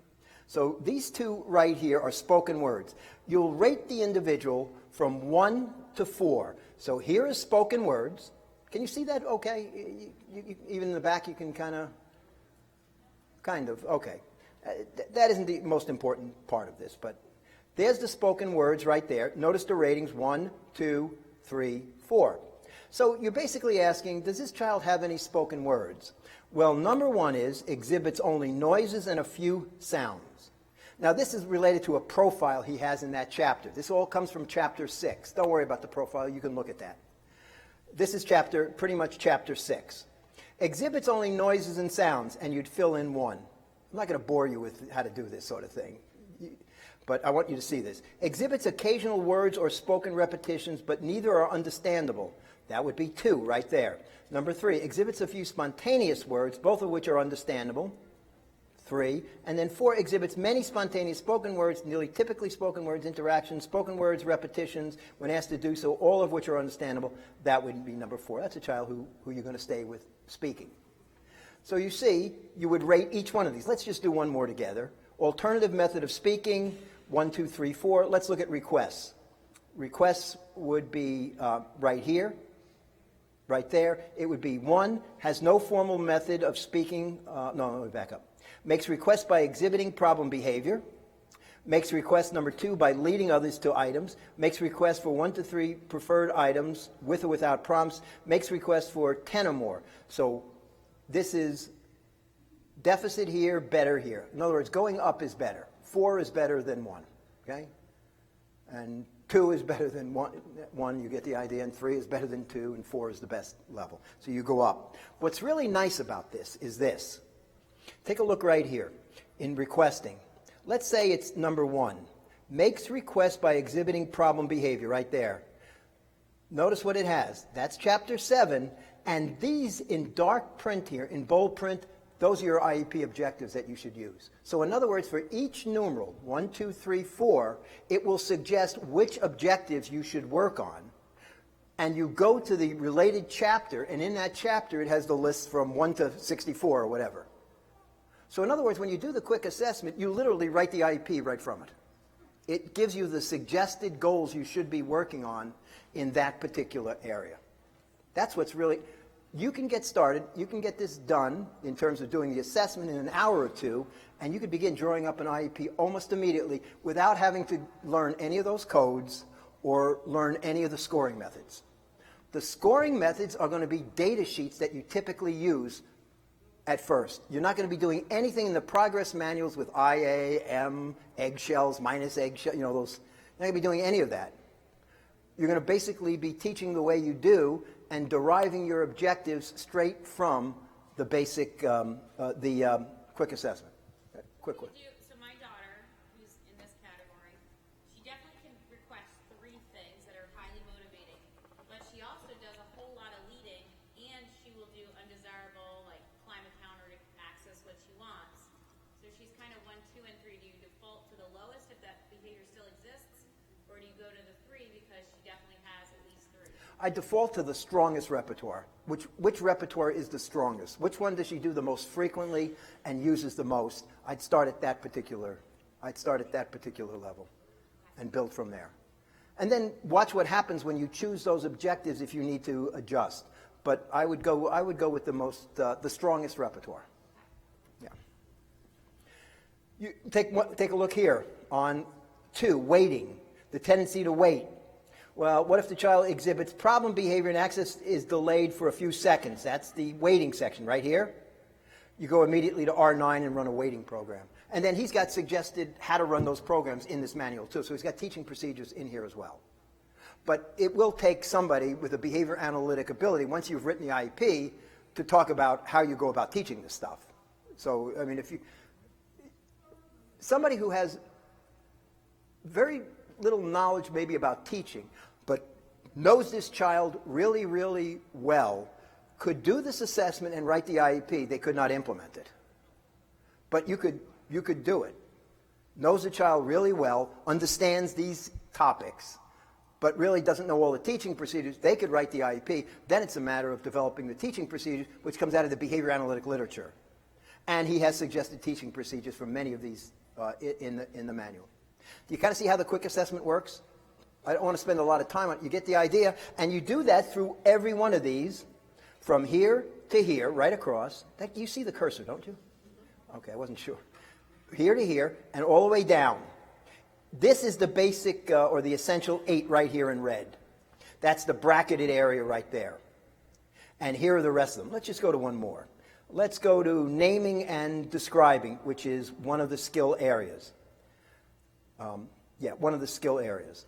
Remember that none of these here on the left-hand side, or underneath there, are skill areas, not domains. They're skill areas, but they're pulled from the domains, from the 7 domains plus problem behavior. Okay? And these are the essential 8. Let's just go to the next page, following directions related to health and safety. Does not follow any directions that involve matters of safety and cannot be taken most places. Follows only a few directions. And by the way, if you find that, well, let me back up. You could potentially, let's say you go 1 through 4, and the child doesn't have any skills in any of those particular areas. Start looking at where you think the most important place is to start. Just say, okay, here's where I think we need to start. Remember, these numbers here, these numerals here, that are darkened, that are bold, suggest which objective you should work on. And it also gives you the chapter. Notice it says 8A. That gives you the chapter for that. And then you go there, and in that chapter of all those skills. Now remember, the chapters chapters are broken down by domains. So each domain has a chapter associated with them. But the chapter number and the domain number may not line up. Okay? So it's not like domain number 1 is chapter number 1, domain number 2 is chapter number 2. The domains are those 7 domains, requesting, listening, functional academics, all those sort of things. And the skills are within each of those chapters. And every domain has its own chapter, but they don't correspond in terms of numbers. Right?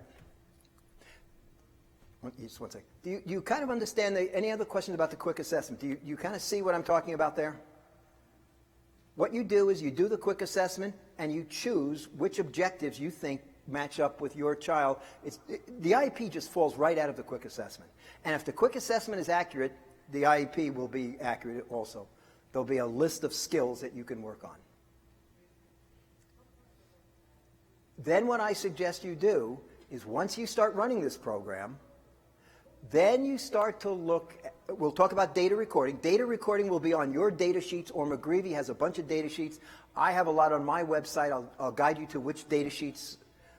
I'll give you lists of data sheets that you can use. So you just use your usual data sheets to track progress. You don't have to go into that book and have all the yellow things with egg, minus egg and so on. You don't have to do any of that. I suggest you just keep taking your data and you start reading about how you score the progress. So your data that you've taken on a data sheet that you are familiar with transfers right over to the progress book, and you use your data to update the progress. So the progress is sort of like what you do on an occasional sort of basis. Your data are your formative information that's guiding your instruction, and your progress updates in the book are just a way of showing the big picture. Remember that first picture I showed you? That's the entire book in one place. The entire set of 7 in one place is what that is. I don't suggest you start there, for lots of reasons, which are obvious to you as soon as you saw it. But start to go into the scoring manual. This is the objectives and teaching procedures and so on. And this is the scoring manual where you score. See, this is what people look at. You probably can't see it, but you don't even need to be frightened. I mean, they look at this and say, what? You might not need to touch this for 6 months while you're running the program and you're kind of spending some time saying, well, let me try filling in one of these for my data and see what it looks like. This would be the manual here that would show all of the students' progress. But that's just a way of tracking all of this. Your data sheets are what's going to guide what you're doing, and your data sheets are going to be derived from the skills you're working on based upon the quick assessment. Does anybody have any questions about the quick assessment? Is it generally understandable? I hope so. Yes. Yeah, go ahead. Yeah.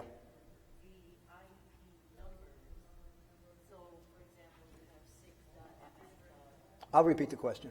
What's that? Say that again. Can you please re-explain Okay. the connection numbers to the IEP? So it says 6.ms. Where are you? What skill? Looking under spoken, just as an example, spoken word. Okay, spoken words. That's chapter 6. That's chapter 6. And that's MS Profile 6. Don't worry about the profiles. You'll learn about that as you read it. It doesn't influence how you go about teaching at this point. It just puts the child in a certain profile, which is interesting, but you don't have to know that to start teaching. Okay? But if you go here, for example, to Manding, that's chapter 7, 7A. That's part of the chapter. R1 through R5, R6, R7, R8. Those are the skills you ought to start working on, and there's about 6 or 7 of there regarding requesting. That's where you might. So you fill it in and say, which ones are the most important for me to do? And it suggests to you, if you have a lack of skill in this area, in 1 through 4, in this particular skill area, then go to the manual and see which objectives, and those should suggest your IEP. I mean, it's painting by the numbers, but it's painting by the numbers with people like yourselves who are knowledgeable about these sort of things. You wouldn't want to just hand this to somebody and just say, do this. I mean, but it's somebody knowledgeable about what requesting is and how you go about teaching it, and how, all those sorts of things. In informed hands, it's a really important guide. Any questions about that? No? Okay. I suggest you start with just this, and it's only 4 pages, and it goes all the way back. This is just an overview of the quick assessment. Notice the essential 8 is there. These are just the categories that are involved. On these 4 pages are all these categories on the left, on these 4 pages. And that's all available in the manual. Okay? Quick assessment, which is chapter 5. All right? Let's take a look now at alternative method of speaking. More on that in just a second. This is how do you choose an alternative method of speaking. It looks overwhelming yet again.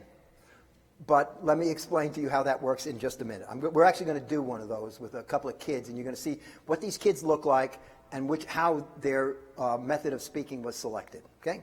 But let me do once again, in bigger print. I just show you where it is in chat. In bigger print, let me show you what the quick assessment looks like. I'll go through this fairly quickly. Once again, we've got making requests and related listener responses. There is 1 through 4. You can probably see it a lot better now, right? And you can see here, indicates interest. R6 through R8 is request items. R14 is removal of items. R17 through 30. That refers to these bold numerals here. Letters and numerals, okay? This is domain or skill weighting, not domains, but skills. And here's 1 through 4, and here's the bold are what you would teach. Once again, this is accepting removals, making transitions, number 3, skill number 4, skill number 5, accepting note. Remember, we're going across the page now in the quick assessment. We're down the left side so that it's turned 90 degrees so you can read it. Number 7, completing activities. You get the idea there, 1 through 4. This is what it was in small print in Chapter 5. I've just blown up and put in a way that's legible, so that when you go back to look at how to do the quick assessment, kind of go here, and have Chapter 5 open at the same time while you kind of can easily read that. This is, once again, I just throw this in. This is tolerating. This is what you won't have to do probably for 5 or 6 months. But you should learn how to do this sort of thing. This is BHI, this is tolerating basic human interactions in close proximity to an unfamiliar person, will tolerate demonstrating problems, touch, a gastronomy or a nasogastric tube, basically teaching people to tolerate that. Remember, this is for persons with severe disability and medical problems as well, in the kind of units where you have nursing care in schools, for example. You had a question?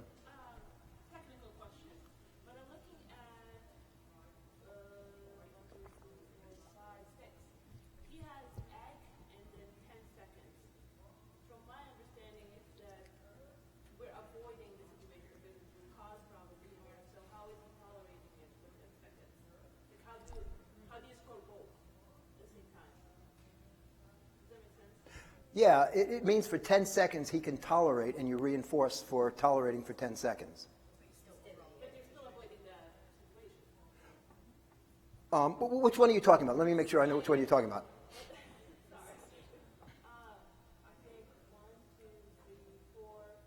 Now, I get what you're saying. I see what you're saying. Now, it means you're tolerating it for 10 seconds. Okay. You're tolerating for 10 seconds the touching. You build up the amount of tolerance until you don't care anymore and you're completely okay with it. Go ahead. You're tolerating 10 seconds of this, and then you get to avoid it. Then you're tolerating 20 seconds of this, and then you get to avoid it. You get it? Yes. So when do we score it as negative egg? At some point you would get to that you're not running the eggshell anymore, right?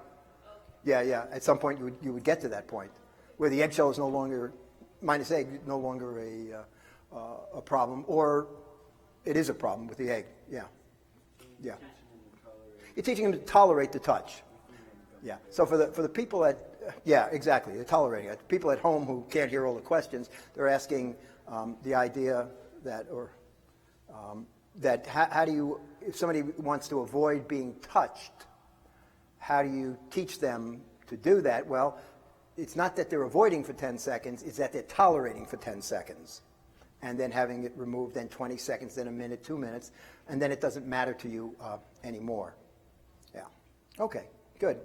Matching, once again, imitation. We've just completed the essential 8 here with tolerating situations, and now we're into all the other domains going across the page there. I'm not going to read each one of those. So the first thing you do, I suggest, and we're going to go through this little circle now. Let's kind of pull it all together now and include teaching now. You got a better idea of the materials, what you're going to do, how you're going to do it. Now let's kind of do this circle all the way from assessment to goal selection, IEP development, daily data, in other words, what your daily program would look like, teaching and taking data, and then, of course, back to assessment. You reassess. So let's just kind of pull together what the program would kind of look like. Do the entire quick assessment, and do the functional domains if you're in a school. This is just another slide that shows you how to conduct the assessment. Okay? Step 2, and so on. Step 3, repeat this process for all areas and assess functional academics. So here's what you may have when you're done. You may have something like this. Here's the assessment area. Here is 1 through 8. Okay? 1 through 8. And here are the potential goals right here. So when you're done, you would summarize something like this. Here's the areas I assessed. Here's the score somebody got. I suggest developing a page like this. And here are the objectives before you write the IEP. You literally just summarize it very nicely from assessment area to score to potential goals. And those have all been derived from that. Now, here are the rest of them. That's the 1 through 8. Here are the rest of the quick assessment that don't have numerals associated with them. And you notice here the scores, and here are the objectives. It's a summary form. What's next? Next is goal selection. Okay? Begin to look at specific goals that you've written down, sort of like that piece of paper I just showed you there. After you did the quick assessment, that's what you have. At least one goal for area selected. And then considerations. Are they appropriate for school? What are the limitations of the? Just some questions you should ask yourself. Target the skill deficit that you attend on targeting. Maybe work with the essential 8. Which ones are appropriate for school and most significant? Now here's pretty interesting. This is a useful little kind of guide for you. We've put this together. Sample goals, early learner. What if somebody scores mostly 1s or 2s? Mostly 1s or 2s, those are probably going to be the objectives that you're going to be working on. Now, it may be specific to an individual, but those are probably the areas that are going to pop out at you if you get mostly 1s and 2s. It's going to look something like that. If you get mostly 2s and 3s, it's probably going to look something like this. And then finally, if you get mostly 4s and some 3s, it's probably going to look something like this. It's a kind of a quick guide for you to think about selecting objectives. It's a kind of a, not a very precise guide, but a guide that you may want to rely on once you do the quick assessment. Get the idea. Quick assessment is done. You've got the list of goals and objectives, and you pretty well are selecting them now. Now, how are skills measured? Let me once again just tell you, you don't have to know this at first. How skills are measured are going to be data sheets that you're going to use on each of those skills. And I'll show you how to get the data sheets that you need. But down the road, in 6 months, you're going to have to, I suggest, you're going to have to move into the scoring book so you can see progress over time. You're going to eventually have to do that, okay? But I say get the program set up, get it running, and then start to dabble in. And I also suggest you could run the quick assessment on several children in your classrooms, in your settings, and maybe just start scoring with one child so you get a feel for how that scoring works. Don't try to score across all the children. You will have plenty of data to make decisions, but start the scoring just with one child. I know school districts in Texas that have adopted this, and it took them about a year before they scored the children in their classrooms. It took about a year, and some kids were going into the second year before they scored in this manual right here. I think it's perfectly reasonable. You're still going to be teaching. You're going to be teaching the right stuff. Now, what we have done in our clinic is, in some cases, we have completely skipped the quick assessment because my staff is fairly skilled at this, and we just do the assessment. All of that stuff. We just do it immediately. We've been doing it a while, and we're pretty skilled at that, so we'll go right to this, and we won't use the quick assessment at all. I highly recommend against that, because that's the point at which you put down the books and say, I don't want anything to do with this. Well, I'm not sure how helpful I'd be anyway, but in any case, it would be overwhelming. It would be absolutely overwhelming to do. So quick assessment, go right to selecting them. But when you do get to measurement, if you can remember 6 months down the road, slide 109 is where it starts to talk about how you do it, okay? Yeah, EFL app, one word, EFL app, I don't think it's case sensitive, .com. What the app does is, when you score the quick assessment, for example, and you hold the cursor over let's say you score a 3 in one skill area, all the objectives just pop out and tell you what they are. Yeah, it's really nice. It really helps you to, and then the scoring in the manual, it makes the scoring much, much easier. Okay, good. Okay, so here's what when you start to measure in the book, it's going to be like presence or absence of problem behavior. In other words, if you're teaching manding, do you get problem behavior when you try to touch the child to prompt their hands for a sign? So it's presence or absence, inappropriate behaviors. You can see all the list I have there. And this is the code that pretty much shows up quite a bit. Initial assessment has been done. Instruction or management has begun without self-injurious behavior, without disruptive behavior, DC, FP, with a full physical prompt, minus RP, without resistance, minus N, the extent to which waiting, tolerating, or performing problem behavior. PPA, some of all the responses that are part of this require permanent partial assistance because the child may have a neuromuscular disease and you're going to have to prompt some of it no matter what. The child might never be able to make those kind of movements. This will be the kind of scoring you'll do that's lined up in the book that you ink in with a color or you score on the app. Now what I've given you here is this cheat sheet I talked about. Domain number 1, requesting and listening, the scoring is going to mostly look like this. Domain number 2, scoring is mostly going to look like this. In other words, for each domain, the scoring sheet looks pretty much the same. Domain number 3, answers to questions, conversation, it's going to look like that. Domain 4, it's mostly going to look like this, daily living skills.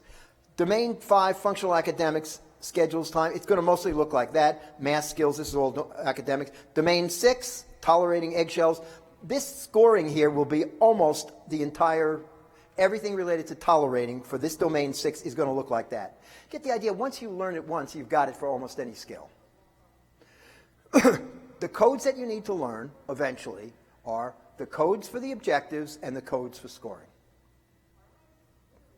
And then number 7 looks like that. Okay? And this is just an example. I just throw in an example. Domain 2, listener responses. This is the coding that you would use. The coding definitions are always on every page that you do the, well, mostly on every page you do the scoring, not always. Here's completing the assessment once again. This is R7. This is what the scoring might look like. The different colors are different times. I'm not going to go into a lot of detail on this because you're going to learn this on your own. I just want you to kind of get an idea that it's there. These are skills that the child is learning, and notice the codes are down at the bottom. Yeah, okay, good. Minus SA is without self-injurious behavior. SA is self-injurious behavior. DC is without disruptive behavior or complaints. So everything is going to be, can you get the child to do these things and you don't have any problem behavior? And they tolerate things, okay? This is, once again, another scoring. This is the scoring for dates. You know, there's a place where you do the updates. This is, time, sort of like the VBMap does, similar sort of thing. You do it in different colors. And you get the idea here. This is over a substantial period of time. Look how long it took to get to the blue. The blue is almost 2 years later. There may be children where it takes that long. So this assessment, this measurement book, does not have to be done very often. It's a way of updating what you already know, but it's a way of summarizing it in a useful place. For each student, you only need one measurement book because that tracks. That's right. Yeah, Mark was asking, for one student, you need one measurement book. Okay, so each student has their own measurement book. Each category has been scored across these. Good luck. There's the one. There's the one. This is page 17 of the EFL. That's pretty much everything kind of in one place. I need some time with that, frankly. I need a little bit more time. Okay. IEP development. Notice we've done assessment, we've done goal selection. Let's look at IEP development. The goals are based upon what we've already talked about. Here is an example of the goals. Here's an IEP goal. Here are some benchmarks for those of you who need to relate it to benchmarks, which most of you do. Here's some examples. Just gives you some examples of in what IEP section, R1 through R7, which is manding, and so on. And it just gives you an overview, an example. I'm not going to go through all of this. You won't remember it anyway. This is for your reference. This is just for your reference to go back and say, now what was it about, which section in the IEP would this go, what are the benchmarks? Give me some examples of that stuff. These are just ways of giving you examples of IEP development, okay? Example, IEP R1 through R7, goal, here's the goal, at least 15 preferred items, November, March, and June, section of the IEP, daily skills. Get the idea? Just that chart gives you all of that for several domains or skill areas. That's IEP development. What about daily data? In other words, how do you take data on a daily basis? How do you record data on this? Types of data forms. Here's what I suggest you do for all of these areas. You go to this link for Pat McGreevy on his website, and you can get all of his data. These are the data sheets, not the measurement stuff. These are the data sheets that you would use to track manding, to track tacting, listener behavior, matching, imitation, just data sheets that you would normally use, okay? Or you can go to my website, carboneclinic.com, make sure you go to the US website, and select the resource tab, and we have all the data sheets for all of these areas. It's mostly first trial probe data. There's trial by trial data. There's man data sheets by prompt levels. So all the stuff you pretty much need in terms of data sheets, you can either get them from McGreevy stuff or from my website, and they're all at no cost. Just remember that the name is spelled Carbone, okay? Not a good idea to white out the name and put your name or something like that. So I just thought I'd mention that. They're free, but there is attribution involved in that. I had an entire manual that I developed one time that I did not copyright, that somebody, I don't know how they came across it, but got the manual, and I saw it on the web with their copyright on it. So I didn't copyright it. All it had was my name on it. They took my name off and copyrighted it under them. So I called them and said, you know, that's my manual under your copyright. Oh, in 15 minutes it was all. It was all. I said I'd have given it to you if you just would have asked. But what the heck? So yes. For all the skills like walk with me and wait and all those things, all those protocols are on your website as well. Yes, all the data sheets are there. Not all the protocols necessarily. Well, the protocols are in my problem behavior workshop, which you can find online. The protocols for actually teaching some of these things. If you search on the web someplace for my manual on problem behavior, it has the wait program, the interruption program. It has all the programs there. Just search. It's going to come up under something. None of it's copyrighted. So you can just kind of make use of it. I've got all the protocols for all these problem behavior areas like waiting and so on. And can I have another question that might help? Yeah. So I wasn't understanding the question because the lady was saying, how do you, you're tolerating being held for 10 minutes. 10 seconds. 10 seconds, and then we're avoiding the problem. But I think that, what we're doing is teaching the student that we can hold them for 10 minutes, that could be pleasurable, and then, Yeah. out of it. But then you're going to go about doing that through reinforcement technique. That's right. Mark is asking, the idea that the data sheet might be set up, where you have a tolerating of touch, where the first will be for 1 second. All you'll have to do is tolerate that, and no problem behavior we reinforce. So you're still avoiding the problem, but you're avoiding it in smaller increments. And you're avoiding it less and less over time till you get to the point where there's no eggshell. People aren't backing off and saying, oh, I'm not even going to touch him to prompt him to do something. Then it might be 5 seconds, 10 seconds, and you basically build up. And your data sheet would simply have those denominations there, those increments, if you will, there. And you would record. It's fairly straightforward. It's whatever you're doing, just have some way to record that that's what you did. And if you're interested in any of those, if you look for my problem behavior workshop online, I have almost all of these protocols, interruption, transitions. I have all these protocols there, and you can get them there. But most of you are well-trained behavior analysts. You'll know what to do with most of the stuff. But here are the data sheets you'll need. Now, I'm just going to run through some data sheets. I don't want to bore you with these data sheets, but this is some of the data sheets. Let me just show you one example that I think is of value. This is a child's daily data schedule. Let me just give you just a quick overview of this. This is a child who's on an EFL in a school program. Okay? Her name is A. Okay? Look at her day. This is what her day looks like. This is how we record her day. 9 to 9:20, arrival. Transition to bathroom, time to go to the bathroom, R13. R11, independent workstation, doing activities.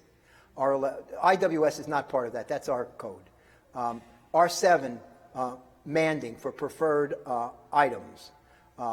Waiting, 15 seconds. We're running a waiting program. Yes, no, problem behavior. Get the idea that we build a schedule and then we kind of build a little data sheet kind of off to the side of it. So rather than having a separate data sheet for each one of those, we put it kind of there so that at the end of the day, you have the data you need just on one sheet with all the activities already there. Daily living skills, basically wiping table, sweeping floor, bathroom, independent workstation, or a bathroom and independent workstation. Independent workstation is completing so many tasks. Mastered tasks, R11, R7, waiting, so on. You kind of get the idea. Math and reading, people and drinks, vegetables and socks, well, of course, they go together. Transportation and fruit, plants and transportation, you get the idea. And you record the data there. But all of these data over here could all be on a separate sheet as well. We just kind of sometimes put them, we call it a daily data sheet, so that you have one sheet there, you run the program, and you basically decide what you've got. Now, if you've got multiple items there, you're going to have multiple scoring areas. But we find that works reasonably well for some kids. Okay. Okay. And these are here. Here's an example, another example of one. It's once again, this is a weekly schedule.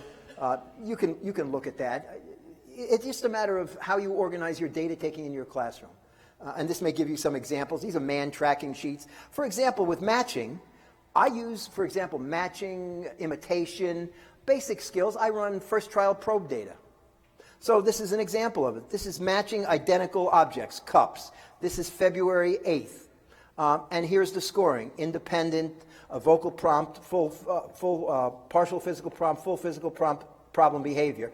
And I literally track it that way. 5 days in a row, it's mastered. So that data sheet right there can be used for almost all of the ones outside of the Essential 8, or even in the Essential 8. So you're going to need a tacting data sheet, you're going to need a listener worksheet, you're going to need a manding data sheet, and you're going to need first trial probe for some things.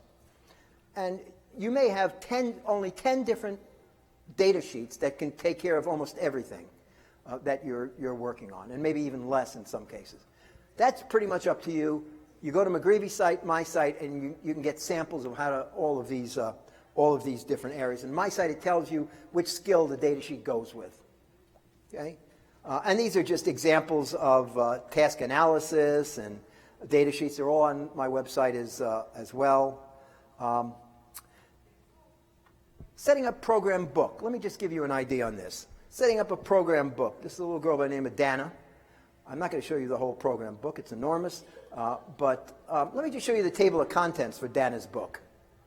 And this gives you an idea of what's there. Okay? This is the session agenda. Let me make this a little bit bigger. Or maybe that's too big. Okay, that's probably better. This is basically we have a session agenda. That's our way.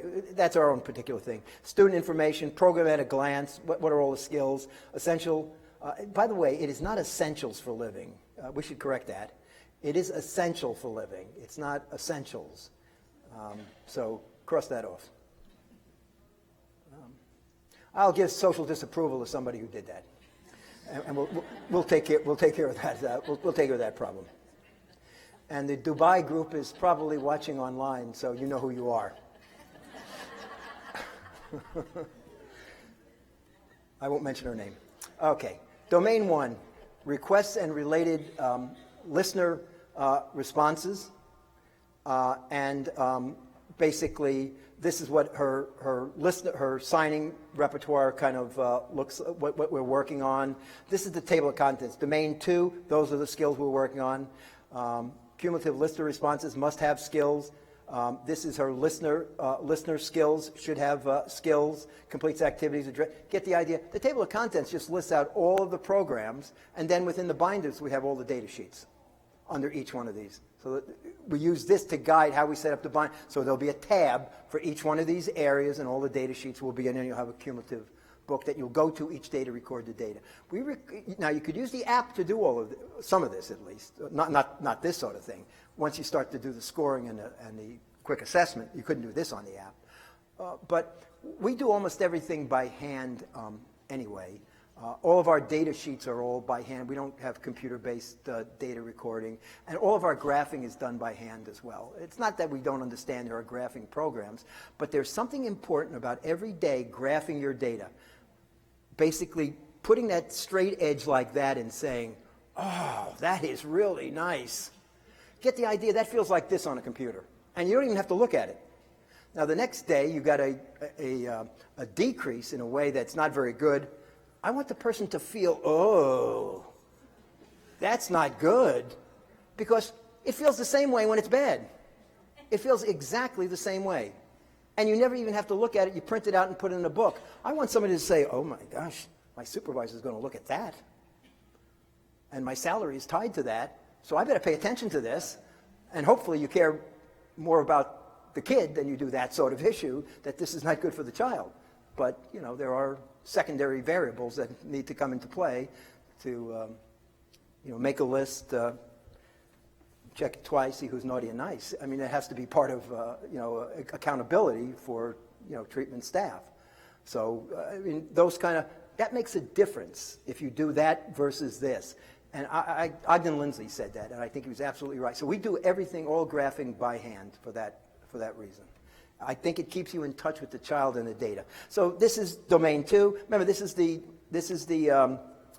Dana's book. The listener responses are all here. What do you need for it? Turns off, on and off electric devices when directed to do so. Probe data sheet. You need a skills tracking sheet. You need a cumulative skills generalization across people sheet. You need a generalized across people per month sheet. These are all the things you need, and then they're all in a tab in your book under the listener section, under that objective. These are all the things you would need. I should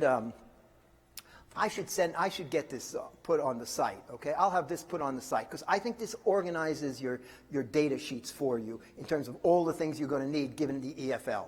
It's a little bit different than a developmental program where you've got generalization data sheets and that sort of. And McGreevy's got all that stuff on his, and I've got it on mine. Some of it on mine. But I will put this on the same site where you get the PDF for my presentation. This might be helpful to you to see how to organize all your data sheets across all these different areas. When you're doing the enables program, are you using all those generalization sheets in each skill? Yeah, we are. No, when we're using a developmental program, are we checking the generalization stuff? Yeah, we usually are. Yeah, but I will get you all of this information on the site. Okay, so I just wanted you to see how our program books are kind of set up. Okay, this is the binder setup. This is a description of it. But Dana's book with all the organization that's in the book will be very helpful to you, I think, across many domains. So I'll get that to you. I think it will anyway. Teach and take data. We've done everything up to that point. Context is everything. You basically teach these skills in context is what this says. And then what's next? Assessment. So the important point I'm making here is teach it all in context. That's what that right there means. Teach and take data, do it in context. And so I'm going to show you some more examples of that in just a second. All right, let's take a look at now how do you choose. What I have time for now is how do you choose an alternative communication method given McGreevy's method, and then I'll sample some teaching stuff so you can get an idea of some of this. This wasn't designed as necessarily to teach you methods. It was designed to orient you to the materials, get you started on it, and get a pretty good idea of how to do it. Like I said, there aren't a lot of cute kids in this presentation. But I still hope if you are interested in the EFL, you have a better idea of now how to do it.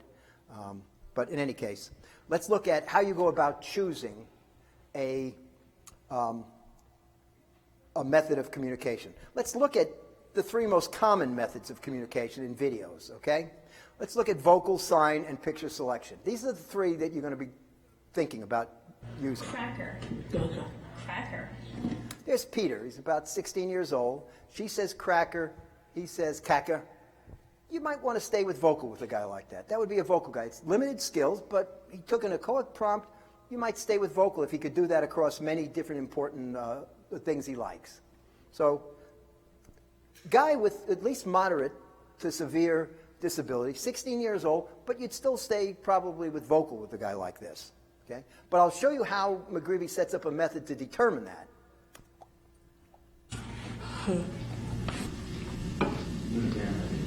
Good asking. You can have a drink. This is a 33-year-old man who has virtually no vocal production. Sign language would be the way to go. And that's my younger brother from 1996 also, by the way. I just noticed he was in the video. Yeah. This is what you have to look forward to, I'm telling you.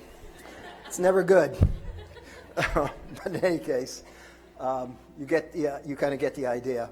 But you should be looking more at David than me at this point, I would suggest. This is a guy who learned to sign.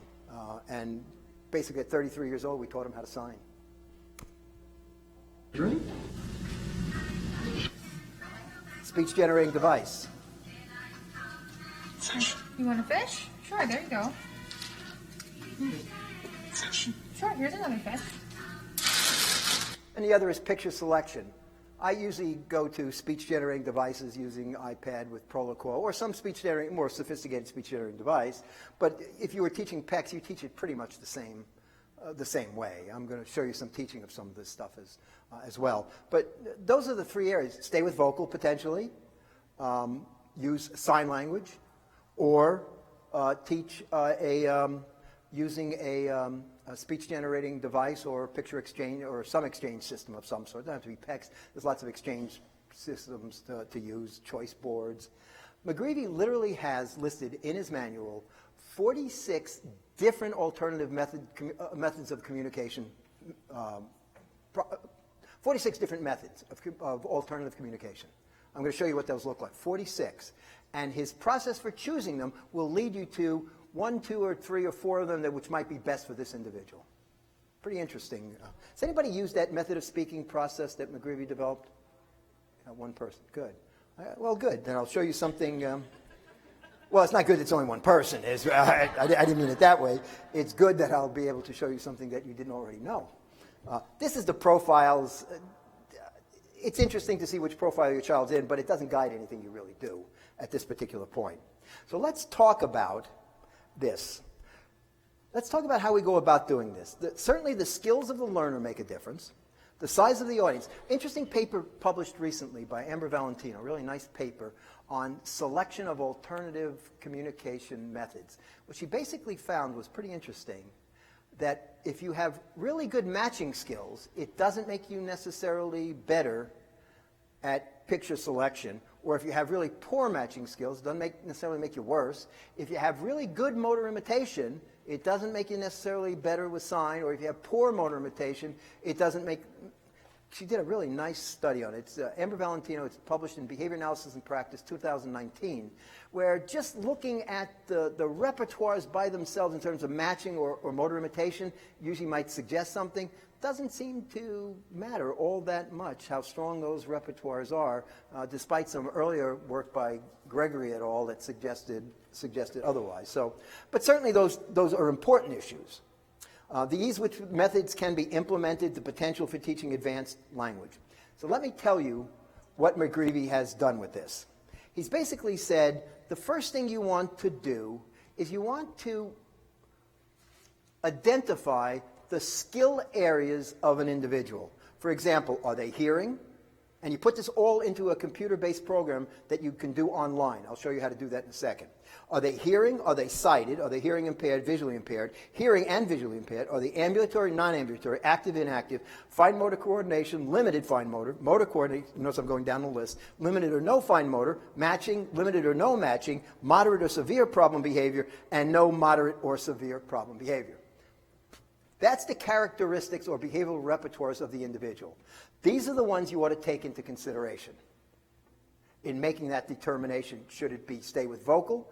Should it be sign language? Or should it be some kind of picture selection-based program? Now, he goes on to add one more variable to this. The interaction between these variables is important. What's the portability? Children and adults can convey messages at any place or time without the need for environmental supports. This section here is looking at how many of the characteristics of speaking does each of these alternative communication methods preserve? Makes sense, doesn't it? You want to make sure that the method, by its very nature, preserves as many of the characteristics of speaking. The characteristics of speaking related to portability is it's very portable. You take your vocal production mechanism with you wherever you go. Now that's one of the advantages of sign, is that you take it with you. You may not always have your pictures available. But then again, not everybody may know sign. So it's all of these sort of issues. Information can be conveyed with very little effort. Do you have to scan, find a picture, or do you just do that for water? Or say water? Complexity. One step, difficult discriminations. Communication skills. Many requests can be easily conveyed. Many items, activities, people can be clearly named. Answers to questions can be clear and easy. Conversation is easy. Reading can be taught. Requests can be conveyed in the absence of what is being requested. If you use pictures, you never really request in the absence of some representation of the thing you're asking for, which is different than being able to ask when it's not there, which you can do with vocal and sign, but you don't really ever do without a picture being there. That may not be the worst thing in the world. That may not be a terrible problem, but it's just a reality that's the case. And if you don't have your book with you, you have no way of asking for anything. And if the item's not there, many times you don't ask for, many times you don't, the actual physical item, but because there's a matching relationship that goes on there. So without the physical item there, there's no matching relationship. It's not controlled by the MO, it's controlled by the MO and the item being present. But some kids can come under the control of the MO and select just the picture, but there's always a representation of what you want there, which kind of weakens the system slightly. Not that that would be a terrible thing, it just weakens it slightly. Yeah. Oh, sure. Oh, yeah, there are kids that can do that without the item being. But the picture, yeah, you're saying they already know what they want, and the fact that the picture needed to be there to prompt them was unnecessary because you think they already. Yeah, absolutely. But the fact that you got to go and walk and find it, is the portability issue then becomes an important issue. Some kids can't do that, but some kids can. And even if you can't do that, it may not be the worst thing in the world anyway. That may not be the most important variable. So you got to take all of these into consideration. And then the final one is the audience, the advantage of saying words. In other words, not everybody knows how to read signs.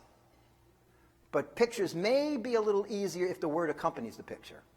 I mean, because what's the most frequently used picture to indicate beautiful? It's really interesting. Yeah, it's a picture of somebody signing beautiful. Go figure. Okay? Just think about that for a minute. What happens is things get really, really complex. Now, you could have a beautiful woman, but that's in the eye of the beholder, right? You could have a shiny car, you could have a flower, but who knows exactly what a flower is if somebody didn't tell you flower means beautiful.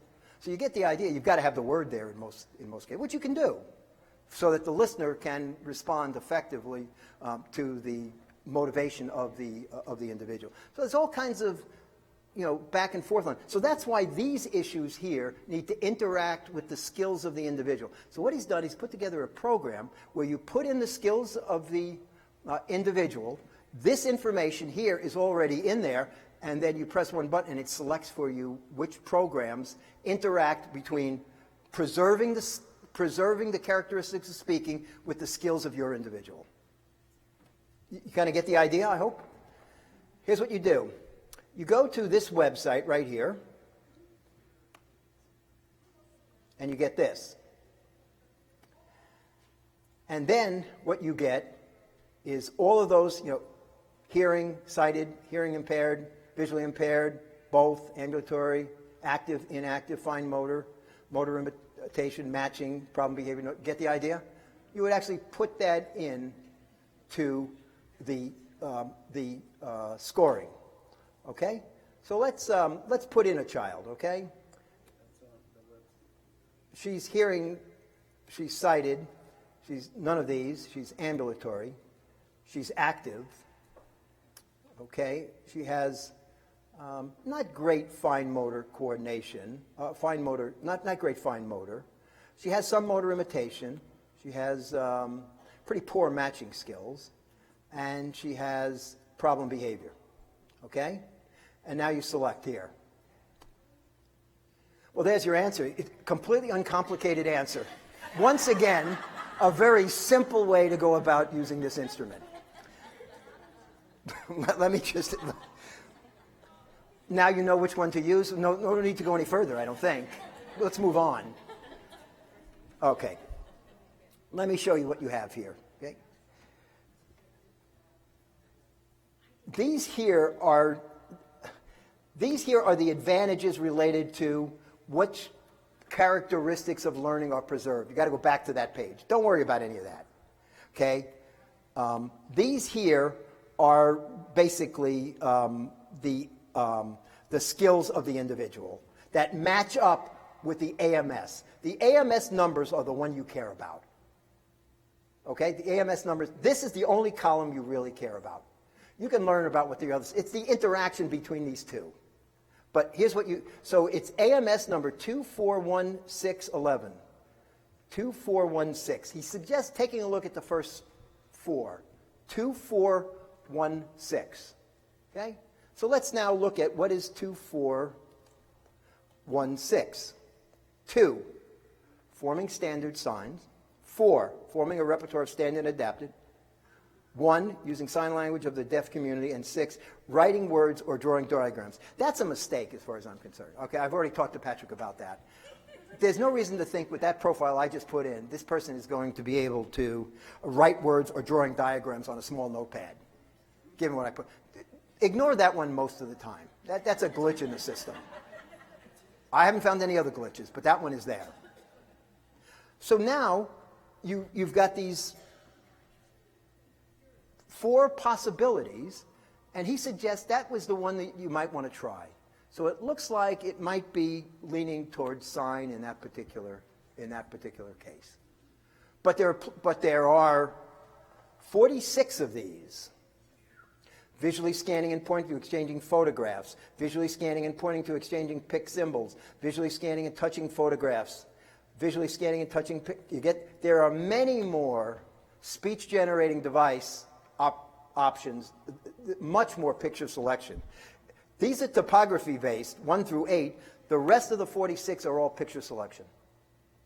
So you have a large array of picture selection for people who have physical disabilities. Typing words with a small, that wouldn't be it. Speech-generating device, typing words with a braille writer, visually impaired. Visually scanning and pointing to a large photograph using a binder. Look at 46. Touching a photograph or printed words using a speech-generating device that contains only one message. All the way to somebody who's got very limited sort of skills. So you only have eight sign choices, and all the rest are speech-generating devices. And you basically will be able to decide the first 4. He suggests look at the first 4, match it up with the child that you get. Remember what we just got from this. And, oops, I thought I could preserve that. But in any case, you get the idea. I'll do it one more time.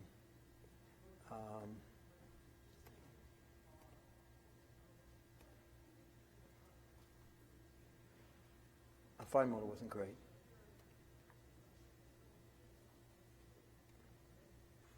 Minus PB means PB, problem behavior. 2416. You get the idea. The first 4 here might be important. This is with number 2. How many characteristics of speaking are preserved? And this is all the advantages from those 2 forms. So if you go back and look at those 2 forms I showed you that interact, those are the codes over here on the right side. Those are the codes for what characteristics of speaking are preserved. So it's a great idea. And basically, it's really the numbers over here on the left-hand side with 1 through 46, and then start teaching which one. Here's an interesting point. When we do this, in IEP meetings where there is a lot of contention, or it's contentious about which method to use, and frequently it breaks down between speech-language pathologists and behavior analysts. It frequently breaks down that way. And when it does, we have found that most people come to agreement that that seems like a reasonable sort of thing to do. So it takes away some of the difficulties that sometimes come from making these decisions. I think it's a great way to do it. I've used it. Frankly, people with lots of years of experience choosing these sort of methods, it almost always agrees with those people. In other words, your own clinical sense, after many years of looking at a lot of kids and choosing methods that work and don't work, you can almost you almost always agree that it should be a picture system, a selection-based feed, or a sign sort of program.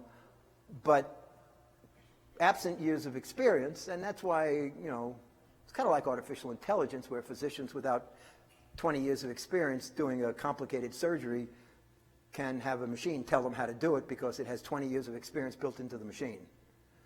It's that sort of idea. So I think it's an excellent way to make the decision. And you can go home and give it a try on some of the kids you know. And these are the 46 or so. I'll just quickly show you the girl who that selected. Well, they're having more fun now. That's nice. Yeah. This is the girl here who I just put in the...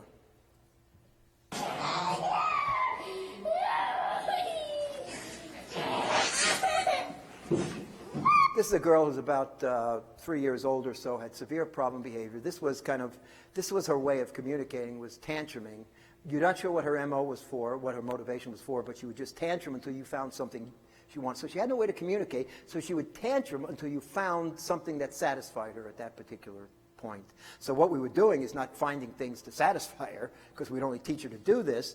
We'd already done the analysis and knew what was going on. We're just staying close to her and preventing her from hurting herself. 3 seconds of no problem behavior, we'll start interacting with her. But absent 3 seconds of calm, any interaction with her would act as a form of reinforcement, because it would suggest the availability of something that she might want will be given to her. The sight of you suggests the availability of that. So we basically didn't. That's why we're just not doing anything. We're just preventing injury. So this is who she is. This is Katie. And then you can... I'll just show you. Let me see if I have that here. Train. Yeah, we were able to teach her... that's the one I want to show you. That one's okay, too, but I want to show you another one a little bit longer. This was probably about 2 years. You remember, Katie? Yeah.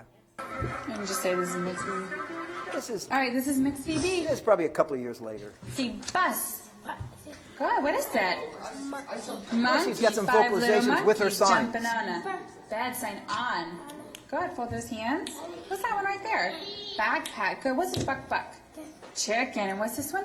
She did pretty well. She made some really kind of quick progress in a developmental sort of way. She really did very well 2 years later. A lot of functional stuff was going on with her as well, but I wanted you to see her sign repertoire. It actually developed very nicely, and some vocalizations came along with it.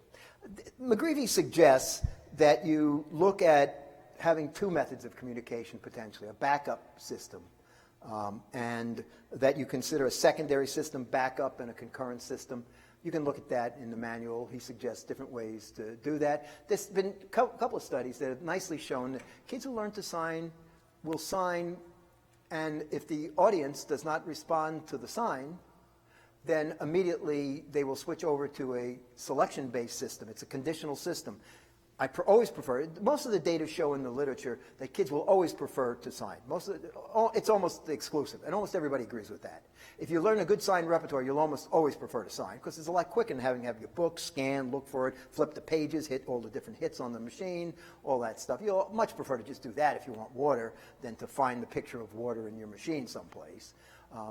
But not everybody knows how to sign, so the audience becomes a factor. And that's taken into account in the AI sort of thing that McCreevy has developed. But it makes sense that you may want a backup system, a conditional sort of system. I'm not going to go through Skinner's analysis. Like I said, I wasn't going to take a look at that. But I just show you a couple of, well, let me just end up with a couple of videos just showing. The rest of the manual is basically teaching procedure stuff. In 3 hours, I never have a chance to get to most of that. But so I'll show you a few videos of that. There's nothing else about the EFL that's there. It's just videos of context. Let me just show you some context. Here's Manding in context. This is Llama. And she's manding for a cup of coffee.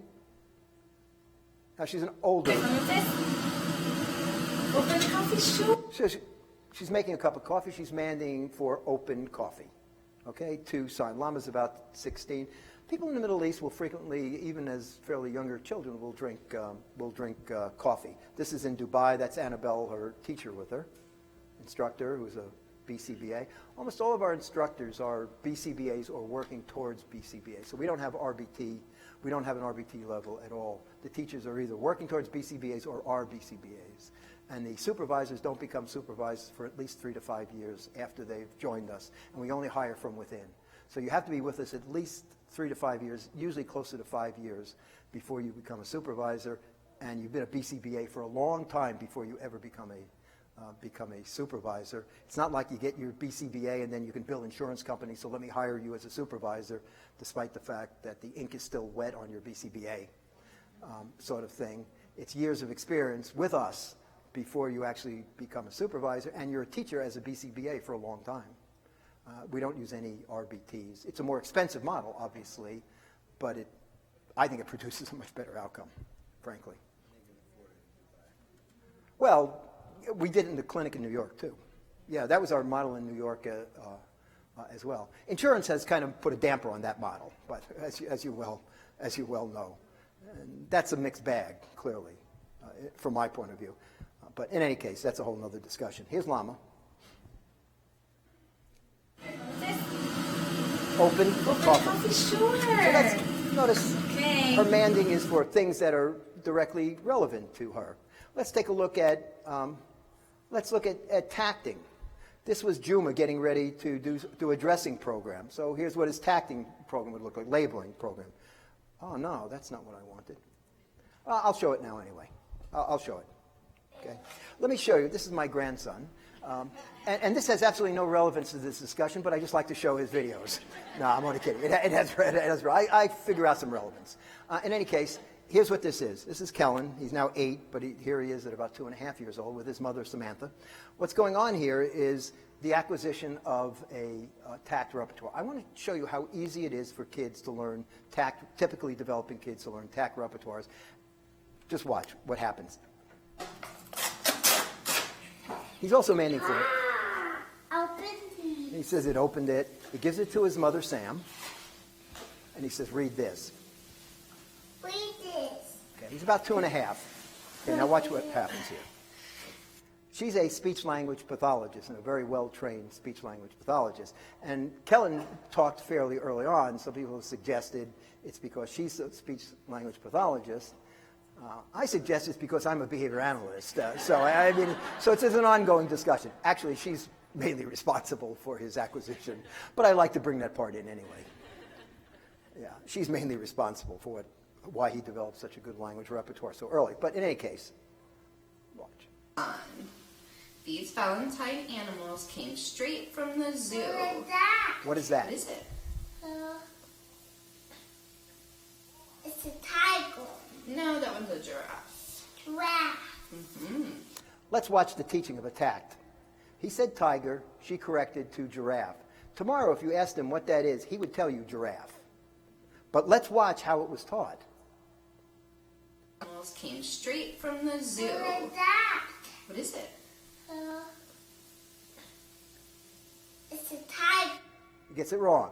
Now listen what she says. She now tells him what it is, sort of like you're holding up a card and saying, giraffe, right? Watch. The giraffe. Giraffe. He says giraffe after she says, he echoes. Kids with autism don't echo in many cases. So he echoes immediately giraffe. All right? So she presents the stimulus. He echoes giraffe. And what's the reinforcer? Uh-huh. Could you imagine how easy it would be to teach somebody language if all you said was giraffe, they always repeated it, and you said uh-huh, and they got it? That's how he just learned giraffe. That's the reinforcer. That's why it's so difficult to teach. They don't echo it necessarily, and aha never acts as a reinforcer. Watch the rest of this. Tiny animals came straight from the zoo. You're going to have another example. This wish especially for you. Listen to him echo. What is that? Who is it? Is that a zebra? Zebra, yeah. And that's the reinforcer. You're not wondering about doing an assessment of preference assessment. You're not pulling out all kinds of tokens. You don't have M&Ms that you throw in anybody's mouth. You're just saying, aha. That's why it is so easy to acquire. That's one of the reasons why it is so easy. You echo early on, and your reinforcers are somebody just looking at you, or saying some not very specific sort of bit of information. Let me show you listener behavior now. Or that tack didn't show up there, but this is listener behavior in context. This is an example of that. Okay, give me shoes. Yeah, good one. Yeah, give me the shoes, and he gives them in a field of where his clothing will be. He usually does his dressing program right there. And what she's basically doing is just getting him in the place in which they do some of a dressing program to identify the shoes in a field of at least 3. Should always be a field of at least 3. So his clothing items are there. Here he is relocating roller skates. So we taught him a leisure activity of roller skating, Juma. This is the guy that's 11 years old I showed you early on. Come on, can you get the roller skates? That was Rishma. This is Noor, who's a BCBA. Come on, get the roller skates. We're teaching him to locate the roller skates compared to the shoes. Look how he picks it up. Okay, that was heavy. Jama, get the roller skates. She has to prompt that. The shoes are there as well, so he has a distractor, so to speak. Okay. Copy me. This one. Excellent, Jama, get the roller skate. Roller skate is now in a different position. Good job. You can put it back in the bag. Okay, so basically, he likes to roller skate. He wears a helmet. We've taught him to identify the helmet, to tack the helmet, to go and retrieve the helmet, to get the roller skate. In other words, we've taught him manding for the roller skates, tacting the roller skates, relocating them, responding to them, all the things that you would see in the VBMap early, but all would be done in the context of things that are relevant to Juma. That's the kind of idea. Okay. I don't know what you'll say, but probably not the truth, but I'll say it anyway. Nobody always, in groups, people don't like to. But is anybody any more inclined now to look at the EFL as a possible, a little bit greater inclination, and maybe have a better sense of, does it kind of make sense how it kind of matches up with a developmental model, but what the differences are and that sort of thing. I think it's a gem. I honestly think, like I said, I don't get paid for that, but I think it is I've known McGreevy for 40 years, so I do like the guy too, but I think it's an absolute gem. We have used it, 1/3 of our children, we have 50 children in our clinic in Dubai, center-based program. 1/3 of the children are on the EFL, and we have age ranges from 2 or 3 years old all the way up to, in terms of the clinic, all the way up to 20, 21, 22 years old. Well, maybe not 21, 22. Well, 19 or so, somewhere in that sort of range from 2 or 3 all the way up. And it seems like about 1/3 or so of the kids are making use of the EFL. Maybe a little bit more, maybe a little bit less. They'll tell me after this, the people in Dubai are watching. But a good number of children are making use of the Essential for Living. And we're running it in a VB program, you know, what people call a VB program. It's an ABA program that uses Skinner's analysis of verbal behavior right along kids who are in a developmental model. So it's right alongside those kids. One question, and then we'll break.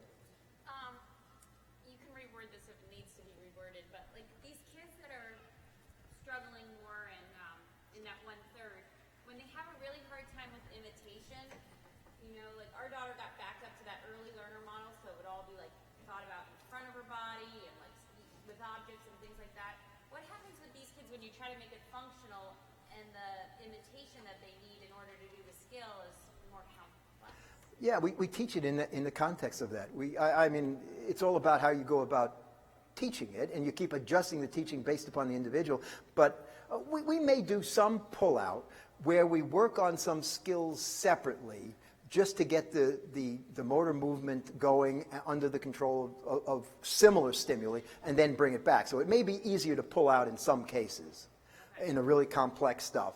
But we try to always teach it in the context, so you don't have to teach it here and then teach it again over here. If you can, sometimes you have to do some kind of pull-out where you just kind of get the response to occur, and then it will be easy to transfer over here. So there are times with complex stuff you may have to do that. And there can be kids in a classroom where like maybe 3 of them are doing VB and you got 1 or 2 that are doing all this in context learning. Yeah, 40 or 50 kids that we have in Dubai, they're sitting right alongside Juma and the other kids who are on a developmental course. Sure, there's no reason not to. It's the same analysis, it's behavior analysis, it's using Skinner's analysis, it's just guided for the functional needs of these individuals. Would you think that a person who was doing things in context would have more motivation to match? Well, it might be. If they were Yeah, Mark is saying that the motivation may be greater. That's another advantage of that. The motivation might be greater because when I can identify my helmet, I finally get it on so I can go roller skating. Yeah, so there may be an MO in some cases. If you have any questions, talk to me. I want to let you guys go. Thank you very much, and I hope it was helpful to you. Thanks a lot. Thank you. Thanks, man. You changed my life. I think we're all in agreement that it definitely makes sense. And thank you again, Dr. Carbone, for giving us the tools so that we could get out there and get to work. Just a quick reminder that if you are seeking social work CEUs, you must sign in and out daily at the registration desk. Just remember to complete an evaluation for this session through our website. It is session number 15. And of course, our speaker is Dr. Vince Carbone. The code for this session is BIB 842. B as in boy, I as in igloo, B as in boy, 842. Thank you, everybody.